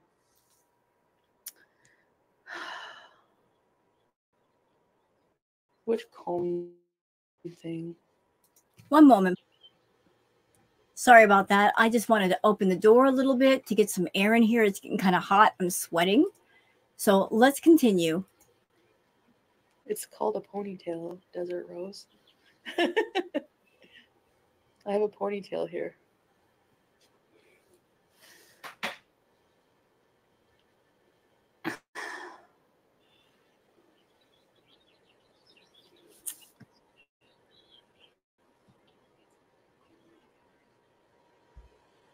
Yeah, that would be so cool, Nicolina. I'm mostly just home cooking unless hubby has his. Me too. I'm mostly at home, just like doing the same things a lot of the time. Why should I stop eating online? I can eat. I mean, I have to eat. Like, you know. Yeah, you have to eat, but you don't have to eat online. And I love this comment from Anna Loverly. She said, just be aware that addiction can make you try to justify what you want to do. I'm speaking from my own experience, and I can back Anna up. If you're addicted to something and you're not ready for change, that little voice in your head it's manipulative, and it will justify doing things just to get itself fed. No, people don't have to watch it. Like, if it bothers you what I do or what I eat, you don't like watching me eat, turn the channel. So, but do you realize the position that you put your beezers in, Chantal? So you're saying to your beezers, those of you that are my beezers, if my eating bothers you, don't watch. But yet food is a majority of your content. It makes up about 99.999% of your content. So those that are beezers, that they just want to be around to talk to you and they don't want anything to do with the food, like there's not going to be anything for them to watch of you where food is not involved. Yeah, exactly, mistress. It's not that deep. Like, you know, go watch somebody eating carnivore if that's your thing. Go watch somebody doing this. Go watch somebody doing that. Whatever. My cheeks are so red. I use this new face scrub. Maybe that's why.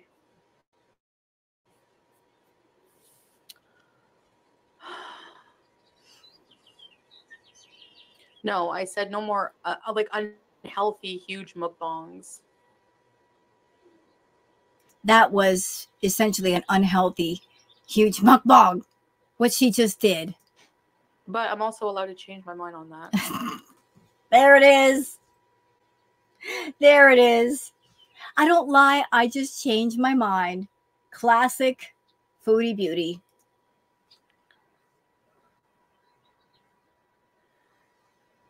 Like, go swimming again. Yeah.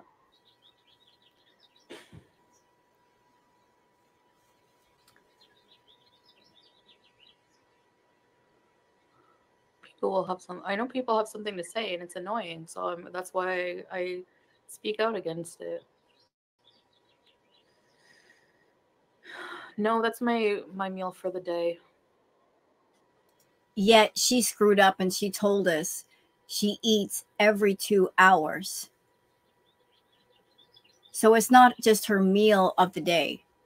That was just the meal she's eating for this hour, and 2 hours from now she'll eat the other half.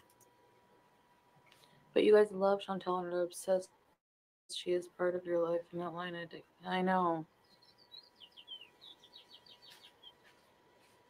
Julia's trying to get into the Nikki future vlog equipment funds. Thank you, Nikki. That's so nice of you. Thank you. She is really creepy and obsessive. Yeah, I know.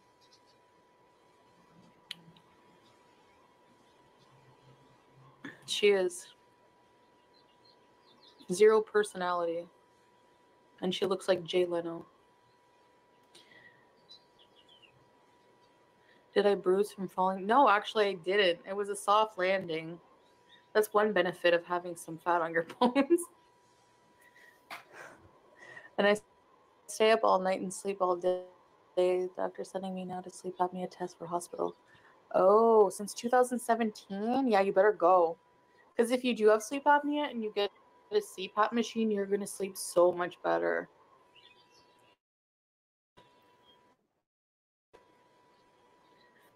Short things. We actually brought it up, like doing one in the desert or something, like, but I don't know. I'm just like, I think I'm just like over that kind of stuff. I don't know. I don't think she could do little shorts with Salah like she did with Pete, because with Salah, she has to feed him things about what to say. He struggles with 1 or 2 line answers or sentences with what Chantal wants him to say in reference to what she's saying. Pete knew what to say. And even though his energy was awkward, you know, that's what made it goofy and kind of cringeworthy. But she couldn't do that with Salah. Yeah, I actually did. Yeah.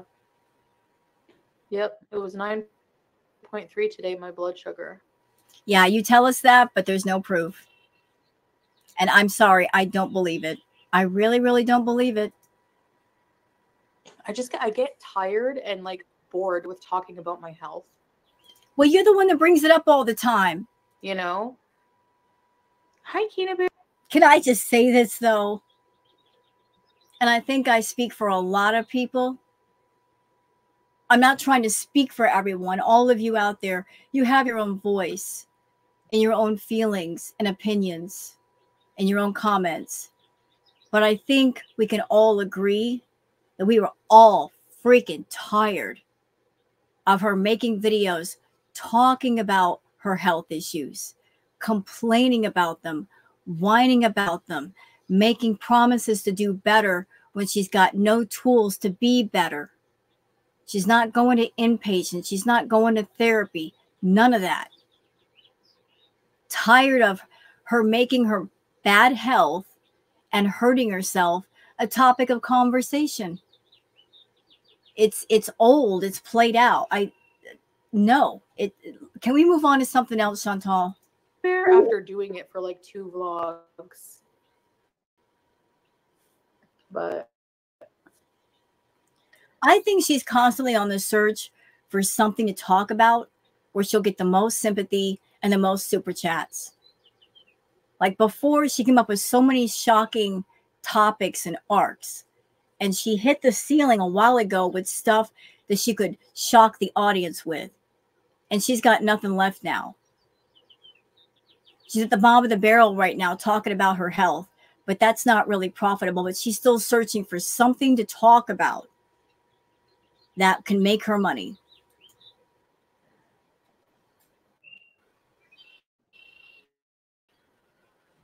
yeah.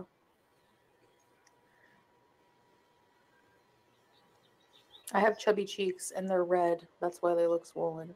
It's called being fat. Kina Bear, member for 12 months. 1 year, baby. Whoop whoop. No, I'm not down. I'm very happy, actually. They look the same as always, yeah. No, they don't. I have to go soon and put my stuff away. No, I'm not friends with Yo Mama, but I like to see him make fun of the hypocrites sometimes. Yeah, you basically use him as a mouthpiece, an instigator, like a fire starter. You always maintain your position, Chantal, on the chessboard. You are the queen piece at the very back of the chessboard, at the furthermost corner of the chessboard, and you never move. You send the pawns forward to do all the damage, take all the moves for you. If something happens to any of them, oh well. They are essentially your worker bees. You'll put them to work. But you'll always maintain your position of, it wasn't me. I didn't strike at the channels. I didn't throw any privacy complaints. It wasn't me. It was somebody else. You use other people's hands to do your dirty work. You're always thinking about your channel and maintaining your position and making money on it. So in order to do that safely, you let other people go forward and take the bullets for you. Done talking about health stuff.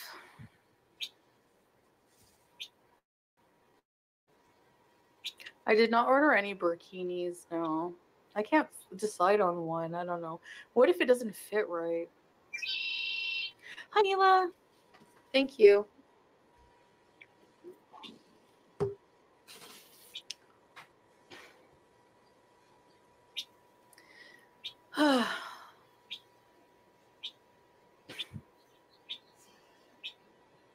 Asking you about the weigh-in. I did weigh myself and record it. I was going to put it in a video, but depends how much makeup I put on, but not long at all. Maybe like 15, 20 minutes. Moving on. We're moving on. Sugar. Yes, I weighed myself. Yes, I'm eating carbs. Fallout 3. It is so fun, Fallout 3. Hello, bikinis. I don't know, Kiki.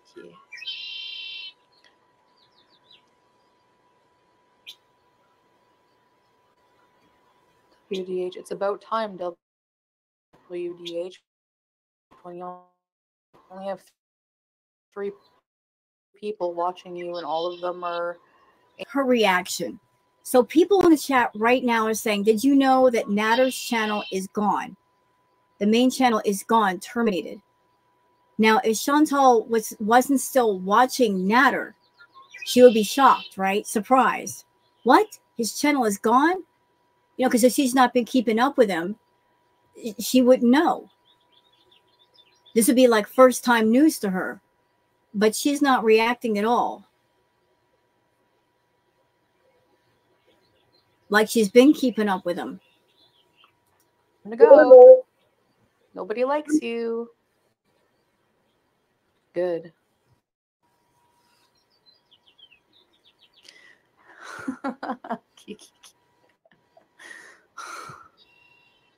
Yeah, coconut. I like, well, yeah, that's why I'm here. I don't really do anything special for my live streams. I don't like have any prepared material. So I like, for me, it's just socializing with you guys, you know? They all hear that, Beezers? I don't prepare anything special for my live streams. I just get on here, turn on my camera, and wait for the money to roll in. That's basically what she's saying.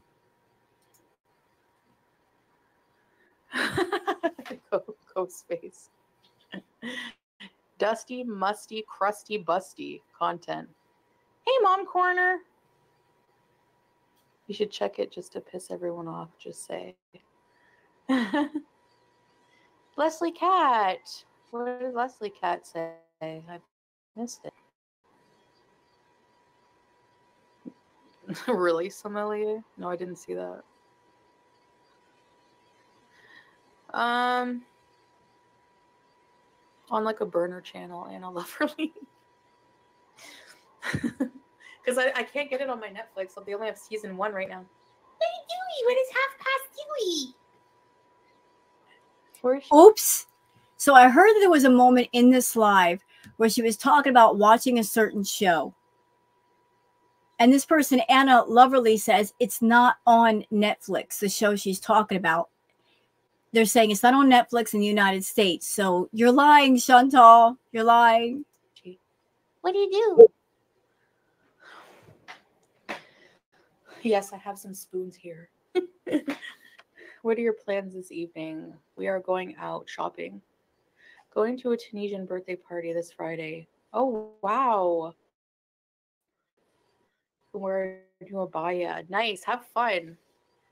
I find Arabic weddings are the best.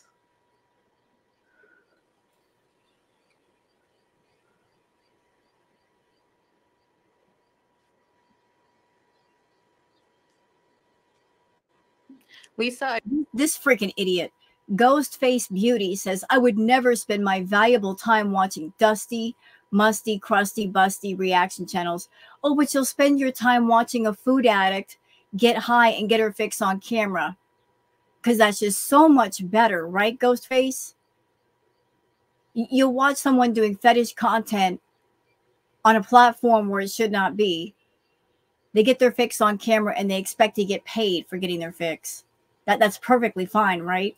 I just said good riddance, and that's it. I don't address that loser anymore. So, Jane Fonda workout mat. My mom. Those were my mom's Jane Fonda workout tapes. I used to use. Wheel of Time was a fantastic show.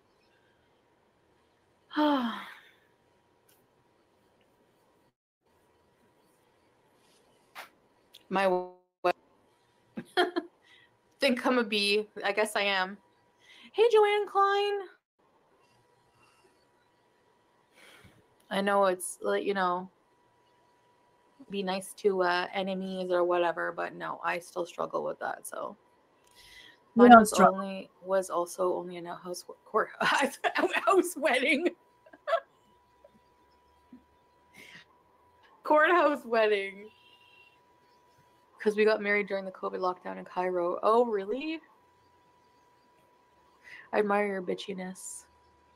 Do a 24-hour stream. Yeah, there's nothing wrong with sticking up for yourself. Hi, Mike. Welcome, new Beezers. Yes. This victim mentality.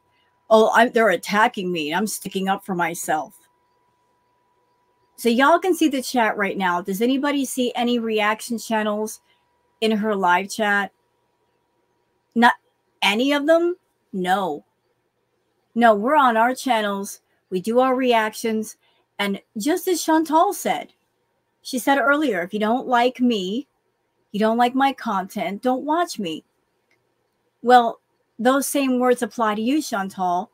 If you don't like the reaction channels and what we have to say, don't pay attention to us. But we know you pay attention to us. You're all over the place. You're nosy.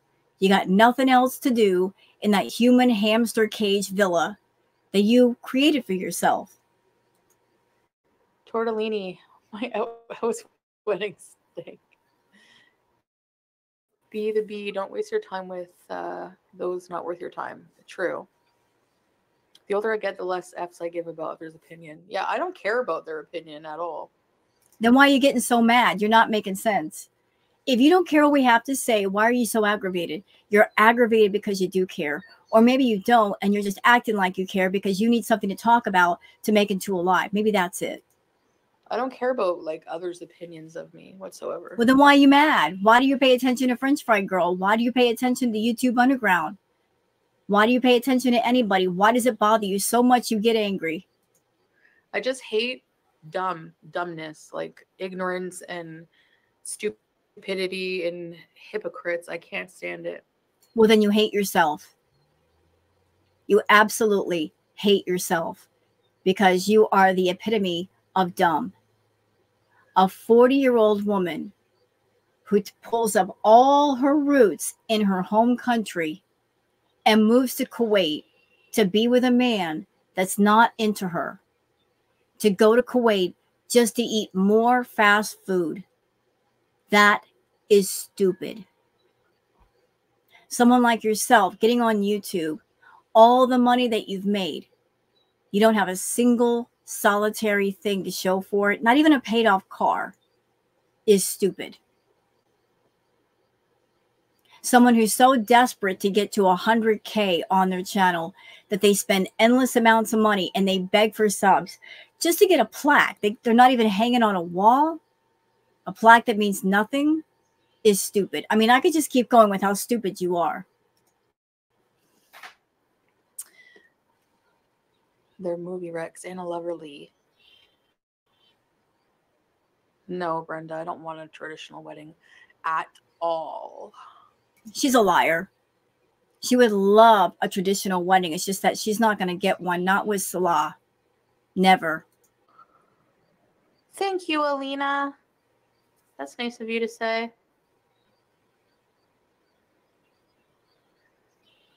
Yeah, you're right. Like, because people they like to see rages. That's like, it's so stupid. Like, grow up. You're an adult. Like, you live to see people rage. Like, what the fuck is wrong with you? I honestly don't live to see you rage, Chantal. What I would like is for your content to be interesting. And you can do anything you want with that. I would like to see some variety, going places, doing things. You're not giving variety, hence the reason why your views suck. I mean, you guys can see right here. Please take note that this live was 8 hours ago, so it's been up for a while. Look at the views. The views suck. They suck. For a 100K channel, that sucks. By not giving the variety, you're hurting yourself. You're not hurting us. You're hurting yourself. Pardon my French. Like, what? Like, you need a life. You need a life. If that's what Says the woman who never leaves her house. you live for, and that's what gets you, like, excited, you're not having anything else getting you excited in life, if you know what I mean. Hi, Sight Unseen. Well, Chantal, if you live for the next plate of food, maybe you need to get a life. If that's the only happiness you have in your life, that's not a life. That's you escaping from life. That is you avoiding life and diving straight into that addiction pool and drowning in it. You need to get a life. Or not. Yeah. You got married in your living room? Are the groceries melting in the hallway? Yeah. I don't think there's anything frozen, actually.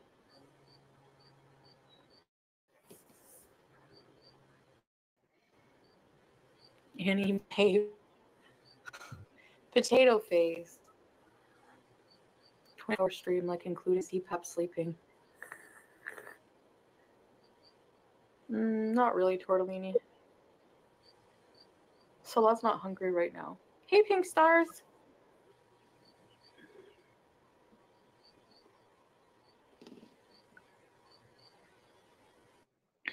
Grocery haul.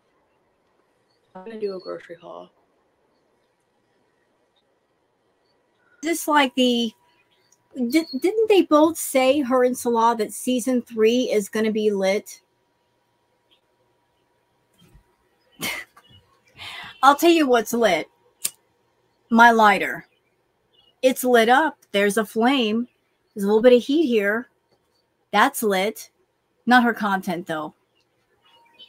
Not her content. What have we seen so far with season 3? Her complaining about her health problems, her getting sick, doing the mukbangs, complaining about the diabetes, talking endlessly about the medication. She's not going anywhere. She's not doing anything. Lots and lots of food talk. Grocery hauls that nobody asked for. Not exactly lit. Really, Beans?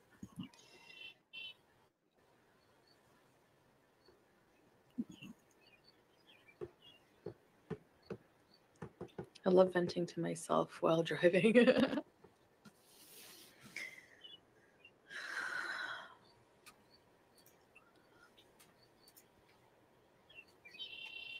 Go sneak up on Salah. He's in the chat. He's going to know. Don't eat late. Why not, Eileen?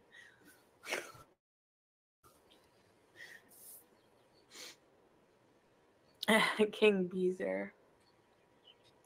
Well, don't let haters get you down. You can't please everyone. Just keep pouring into them your energy. Yes, that's good advice, Anna Nicole. Thank you. Do they have Arabic language classes? Probably. Yeah, I can get an international license for like 20 KD, like instantly. We applied for his residence permit January 21st. He moved here, but plan is to wait until he gets his passport. Oh. People who book tables at 8. I'm starving at 5. Yeah, when I make reservations at restaurants.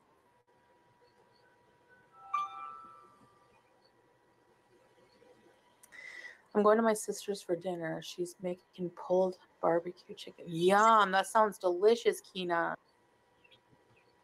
I thought she went off on the reaction channels in this. I'm trying to find that part. I don't have an obsession. I don't know. Oh, I can't disturb reality. I like watching the part up until he describes the crime, and then that's it. Like, to hear what people do to one another, it like as if it's just like they treat it like a piece of meat from a butcher. This idiot, Salah, saying, babe, I will do a reaction channel for you. I will just make my own avatar. I will put your live stream and pause every 5 seconds. 2 words you says, and then rage or say wah, and then get donations. Yeah, okay. Go ahead and do that, Salah. You do that. Butcher these people, you know, like I can't stand it. I can't stand it. I can't listen to it. No. I'll do a reaction channel for you. I'll just make my own avatar. We'll put your live stream and pause every 5 seconds. 2 words you say, and then rage or say what and get donations. Yeah, seriously, babe, right? That's the extent of their talent. One of the funniest things ever was when they were analyzing the person's shadow when you were shopping at Lush. Kept saying it was Pete's when it wasn't. They did that. Oh, I just lost even more brain cells.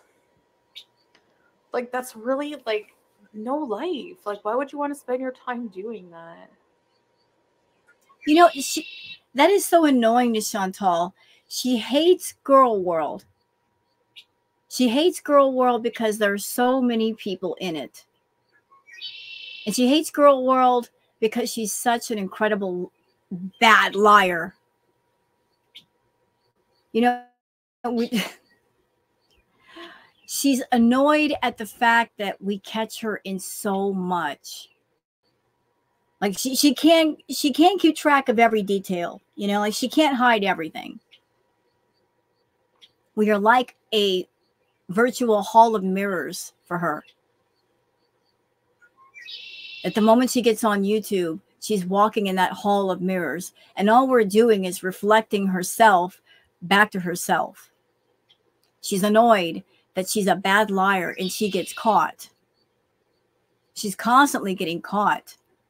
And you would think that that would prompt her to stop lying because she's not getting away with it, but she continues to do it, and we keep catching her. And the reason why we look around for so much is because she lies. She doesn't tell the freaking truth. If she told the truth, nobody would be looking for anything. Because she constantly lies, we're just looking for the truth. And we're not going to get it from her. It was my effing family. Like, I think you're changing, by the way. People shouldn't bully you now and you don't deserve it. Thank you, Kaya.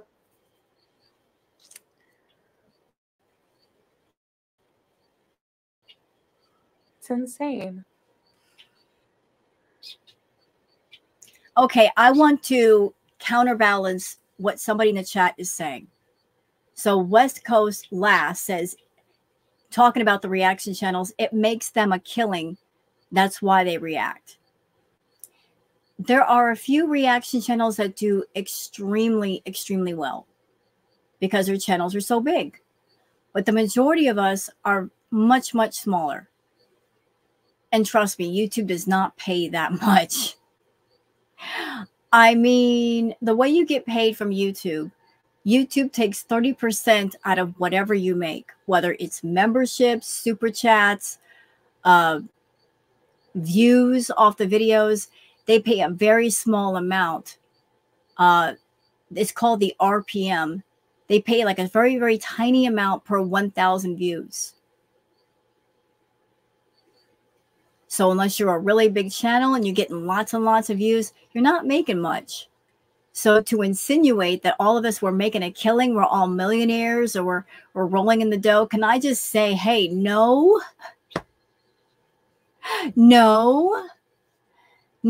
that's not happening.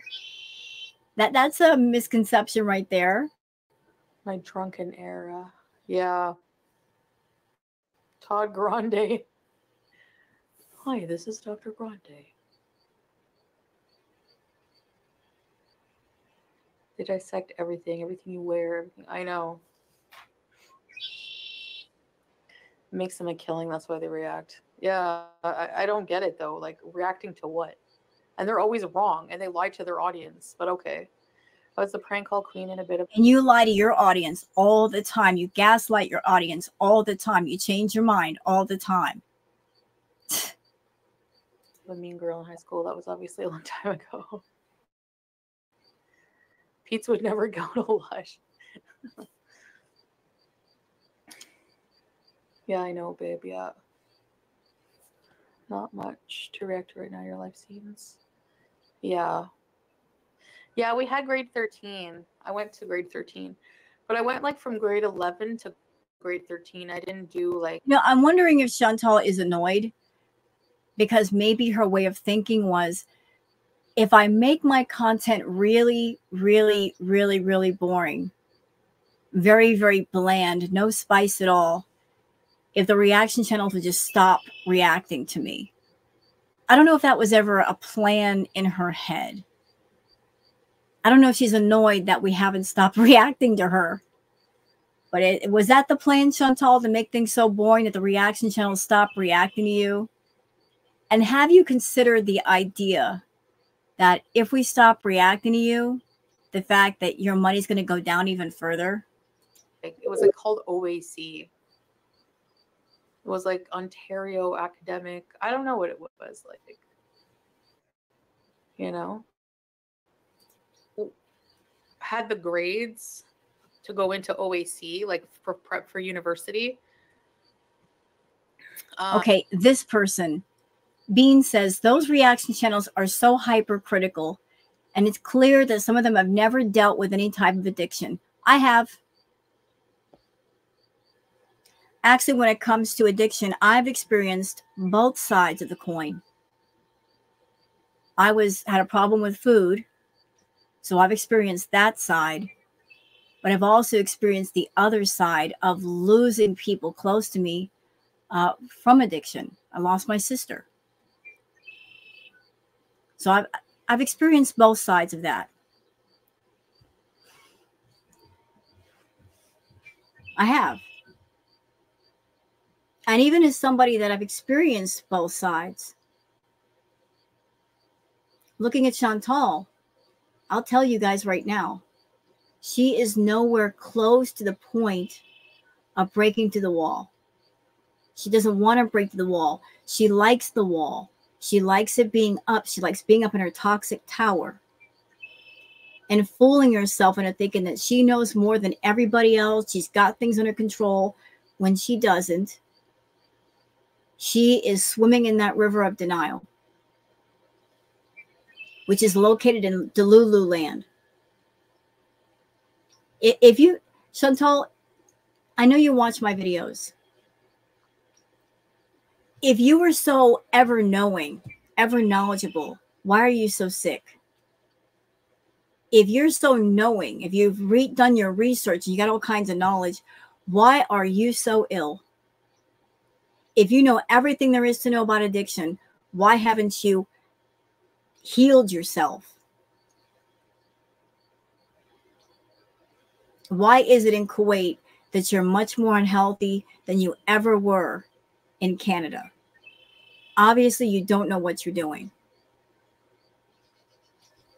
But yet you think you know everything, but yet you don't know everything. I'm older than you, and I have absolutely no problem with saying I don't know everything. But then again, I don't have to know everything. I don't have to be a know-it-all. It's okay to ask questions. It's okay to ask for help. It's okay to reach out to people. It's okay to admit that you have a weakness and you need help fixing that. It's okay to have a bad moment. All of these things are okay. It's part of growing and being a better person. But you seem to have a problem with all of those things because you're wearing that mask of I know everything. I know what's best for me. If you knew what was best for you, you wouldn't be sick. You would have cured your problem with food ages ago. And you wouldn't have lost your mobility and your breathing wouldn't be so bad. A lot of things would be a lot different.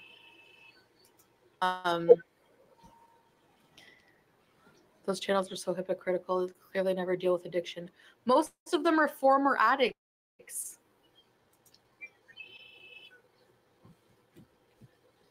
Ma'am, should you, as an active addict, put down anyone who is an addict or was an addict? Actually, to be truthful, y'all, when you're an addict of something, whether you're active with it or not, you still have that addiction.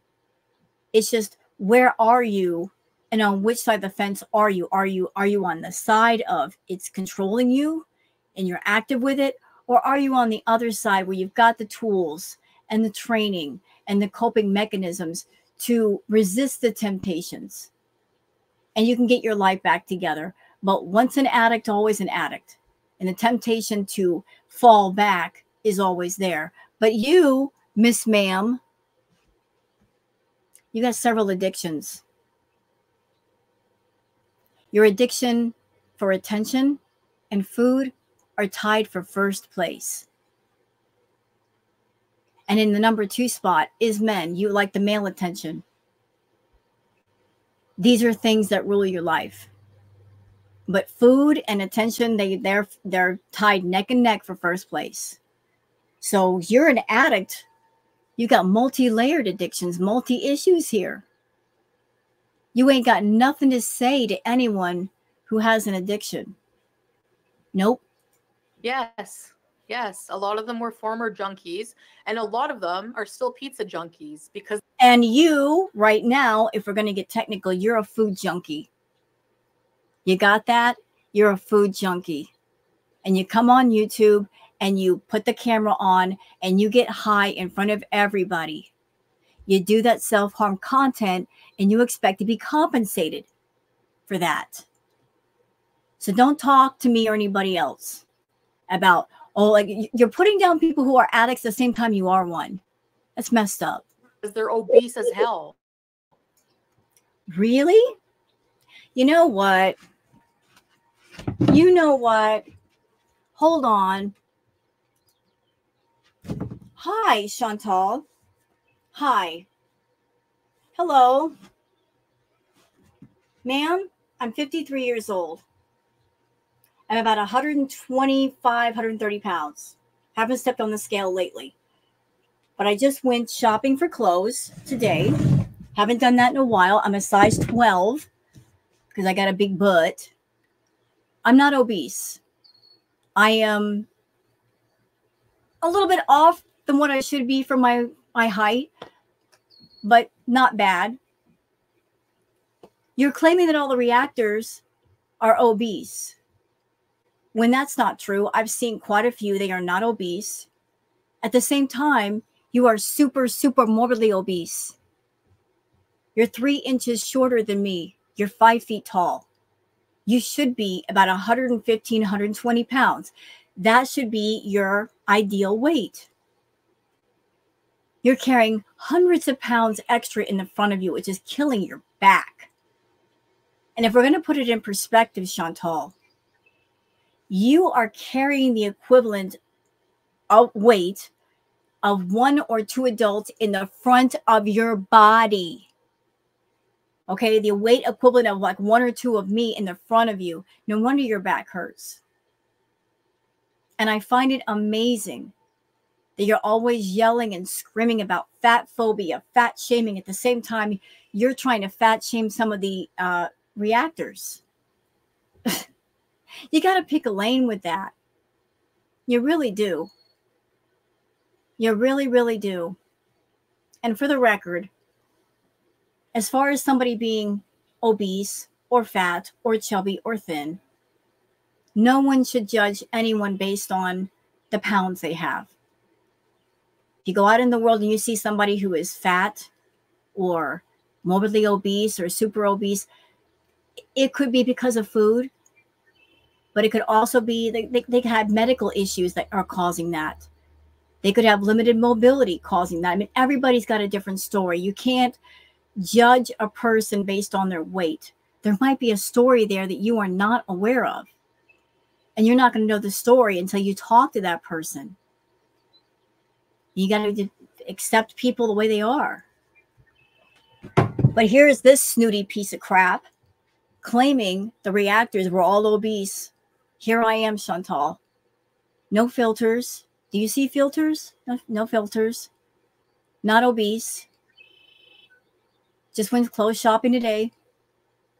Size 12 in jeans. Does that sound obese to you? No? No, I don't think so. But even if somebody out there is a reactor is bigger than me, so what? Big deal. I haven't seen anybody reactor-wise that is your size or is in such poor health they're on the level with you. No, that's all you, mama. All right? Like, FF Ghoul, you can tell she's obese even if she doesn't show herself. She cackles like a witch, smokes cigarettes all the time with... And you cackle like a witch, and you smoke cigarettes, and you smoke your shisha and your vape, and what's your point? The pets around, and furthermore, she sounds like she has a hamburger stuck in her throat. So says the woman who puts a hamburger in her throat and down her throat. Next. You know, like she's friggin' obese and she has the nerve. You know what, Chantal? I bet you wish you were just obese. I bet you wish you were just obese and not super, super morbidly obese. Once upon a time, you were obese. That was back in the villa days. You had your mobility. You could go places. You weren't embarrassed about yourself. But you took yourself to a place of super, super morbidly obesity. You did that to yourself. Nobody else. So, yeah, they're still addicts themselves, so they can shut it. Thanks, Comic Brock. Do I like dogs? I like dogs, but I wouldn't want one, I don't think. Yeah, food addicts, pizza junkies. I don't think a food addict should be calling out or pointing fingers at other people who may or may not be food addicts. Hello? I think that's the pot calling the kettle black. Anyway, smoking is more deadly, Mu'alla. Exactly. Really is.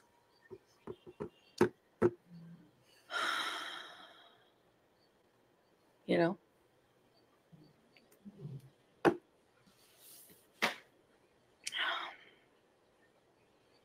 Okay, now I feel better, actually. Of course she does. She ate her meal. They got all this snarkiness inside of her that it's just bubbling, bubbling, bubbling. They want to come out. So she let it out.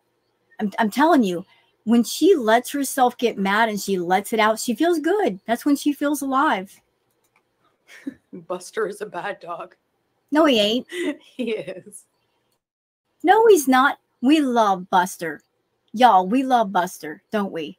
Buster is Chantal's mom's dog, and he can't stand Chantal. He was a hater before any of us knew about this woman. Can't stand Chantal. We support Buster here. And we also support the camel in the desert that kicked at her and wanted to spit on her.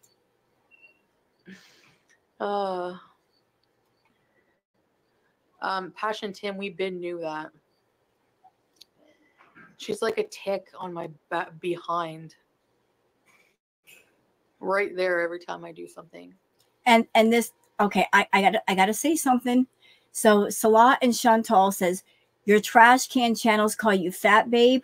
Oh, they are 400 plus pounds. They say disgusting things about you. And then they call you names. They're reaching. Salah, you need to have several seats. I do remember seeing something on a live where you were telling Chantal to lose 200 pounds. And that you also thought that a woman who was 200 pounds was a fat cow. So how do you feel about Chantal being 500 pounds? How do you feel about that? For real?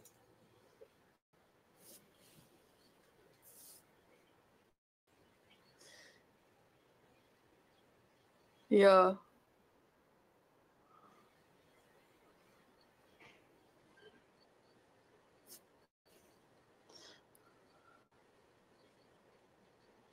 Yeah, they do call me fat. Yeah, that's all they do.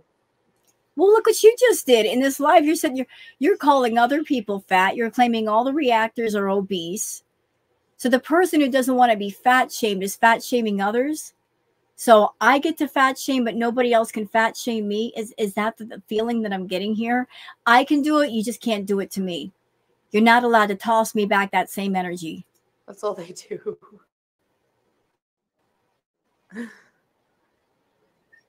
Hi, Tristan, Maddie.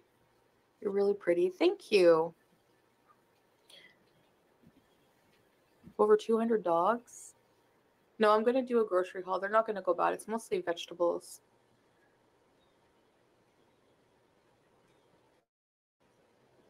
You know, I'm just going to throw this in here real quick while I'm thinking about it. I've noticed that with Chantal's grocery hauls, there's a lot of things missing.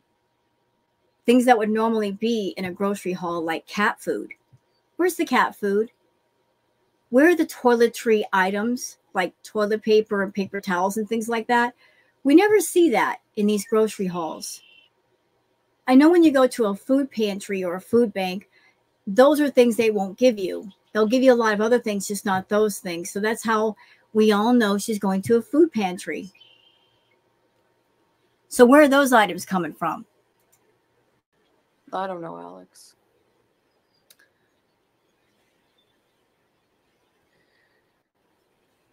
I'm not up to date with the ALR lore, so I couldn't tell you.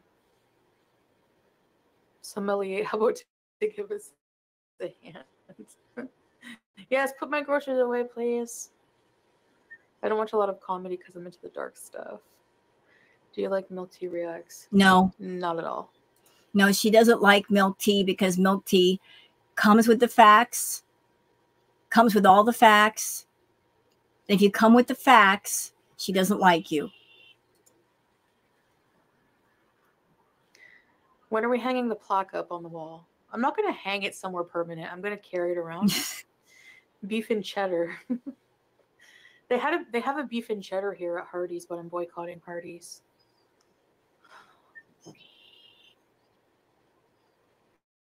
See what I mean about the VIBs talking about food with her? So this person, and yeah, I'm going to call you out by your name, Scapegoat, saying, I'm taking beef and cheddar to the vein right now. Talking about food with a food addict. Y'all are messed up over there. You really are. I hissy fits. I hate everybody. How about that?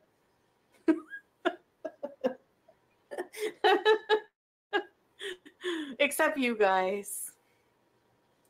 And this person, Bean, says, wow, I didn't realize some of them were former addicts. But the thing is, she's talking out of her butt. She doesn't know any of us. How does she know that we're former addicts? She's basically projecting like nobody's business. She's an active addict right now. And she thinks she can look down her nose at people that are former addicts? No. No. Being a former addict means you did something before, but you're not doing it now. She's still doing hers. She's still hurting herself with food. Netflix recommendations? Yeah, come over and help us. Is there anything you miss about Canada? My family, I do miss them. I miss my sister a lot. You don't? Okay, so Bean says, you would think someone who has been through addiction would show a little more understanding and compassion. Well, Beans, I've experienced an issue with food. And I'll tell you what, I have compassion and I have sympathy for those who want to get on the other side of things. What I don't have compassion for or understanding for is someone who is an active addict and they're making the choice, the clear, glaring choice. They're going to continue to hurt themselves when they don't have to. When there's all kinds of resources and money and people that could help them get on the other side of it. And I will not have compassion and sympathy for someone who monetizes their addiction and gives it a job and gets online and does content like Chantal does and purposely triggers people and puts tags on their videos, attracting people who have food issues to their channel, knowing the content that they're doing is not good for those people and might trigger them to have a B moment themselves. That's evil. I have no compassion for her. She makes herself ill and she's not interested to get healthy. And my mom and my aunt, but I miss, my sister a lot. I had such a good time with her when I was down last time. I did watch Baby Reindeer, yeah. Yeah, and I bet for her it was like looking in the mirror. That watching the character Martha, there's so much of her in that character. Ghostface. I hate everyone equally, yeah. Hi, Sully. You're new. I hope I don't scare you away with my bitchiness, but it happens sometimes. Of course, we'll let you help us.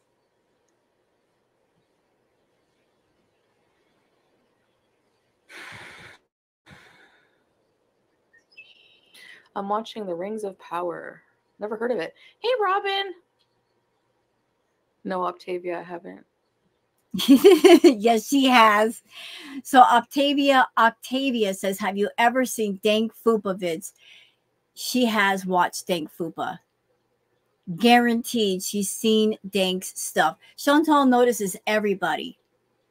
And we know she has seen Dank Fupa's stuff because she's left comments using her socks under Dank Fupa's videos. Yes, she has. Like I said, she's aware of every reaction clip channel there is. She takes note of them, what they're saying and what they're doing. And a lot of people love Dank Fupa because those videos are funny. Veal sis? What is this? Hey, Lulu. Why don't you stream with your sister? I'm not putting her on camera. No thanks. People are already creepy and stalk their social media and like use it as content. Get a life.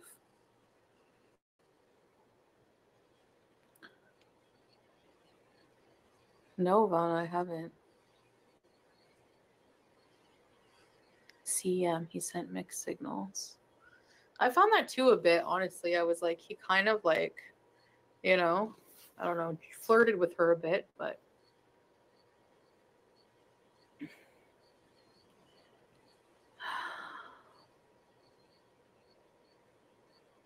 yeah. You know, I forget where I saw it. I forget exactly the verbiage here, but I think I read something once where it said the greatest trick that the devil ever pulled on mankind was convincing people he did not exist. So here is Chantal. And she's got so many people on her channel convinced that she is a victim. She's not in the wrong. She's got everybody convinced that it's the reaction channels that are evil, that they're hateful, bullies. We're all bullies. When the real bully, the real evil of YouTube is right here in front of me. Chantal, you did a good job with some of your beezers. You got them completely fooled. You've gathered everybody to you. You circled the wagons. You told them all, don't pay attention to them. Don't go into their live chat. Stay here with me. I'm just a super morbidly obese woman. I've done no wrong. They're just hating on me because of my weight. That's it. No other reason. When there are a host of all kinds of reasons why we don't like you. But you're such a little demon coming on camera, and you've got everybody fooled into thinking you've done no wrong. It's not you when it is you. Sorry, autocorrect. Yeah, that does happen. I know.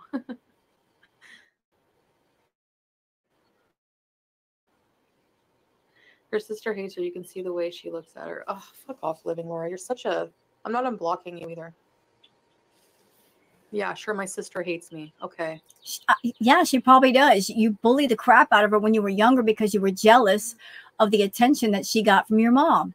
You wanted to be the baby of the family. When your little sister came along, you were no longer the baby. So you were extremely mean to your sister. That was one of the main reasons where you went to the group home, because you were bullying her just that badly.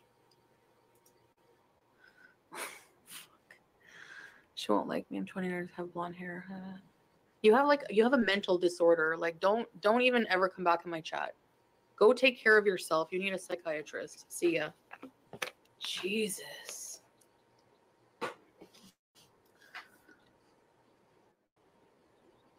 If she hated me, like, we literally spent all of our time together when I was there, and we talk every day.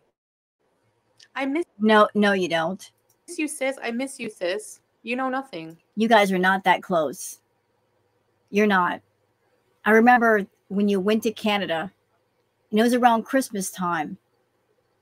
The look on your sister's face in the picture that I saw, she did not look happy. She looked angry that you were back. Go see a psychiatrist. See ya. God, I'm so sick of unstable people in here. Says the queen of instability. Jeez.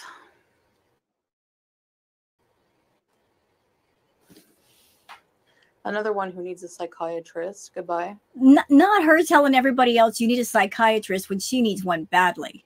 She needs a lot of things, but she's telling everybody, go to therapy. Go to a psychiatrist when you don't go yourself. Send them. Friggin' idiot. So because you have a Syrian refugee in your city or wherever the hell you're from, that, like, what does it have to do with Salah? Just because he's Syrian? Like, what the fuck? Sherry, because there's so many dumb people in the world. We wish to go to heaven, inshallah. Yeah, it's hard, babe. It's hard.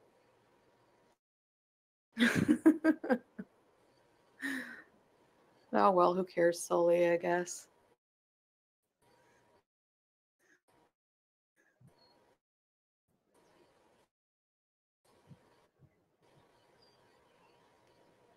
Yeah, whatever. Oh, it's been an hour. They're just gonna take off. Yeah, well, I'm not mad. Beezing is my thing. No, we get along very fine. We get along very fine. People get like that one loop more videos. I was sick and I just lost the motivation after that too to just like go out and do things. And plus the summer is so hot. Okay, you know what? She's getting kind of boring and I'm getting kind of bored of her. So let's see what the comments have to say. Angela says, well, Chantal, 87 cups of rice is going to unalive you. Not good. I feel like you're making a big joke out of not getting healthy, or at least trying to, because lately you have not been eating the healthiest, and the pickles, you're going to get sick again. She doesn't care. She doesn't care. Madonna says, I feel like you're leaning hard on your medicine. You've been given an inch. Soon you'll take a mile, but I hope not. Yeah, they're thinking the medicine's going to fix everything.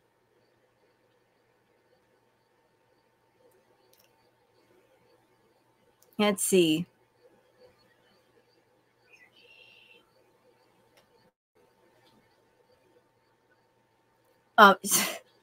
Clearly she edited the comments. That's so Chantal-like. Anyway, that's it for this react, y'all. Hope you guys enjoyed it. If you have, please like and subscribe and leave a comment yourself. I'm going to go see what else is going on YouTube, and I'll see you guys on the next one. Until then, take care of yourselves and each other. Bye.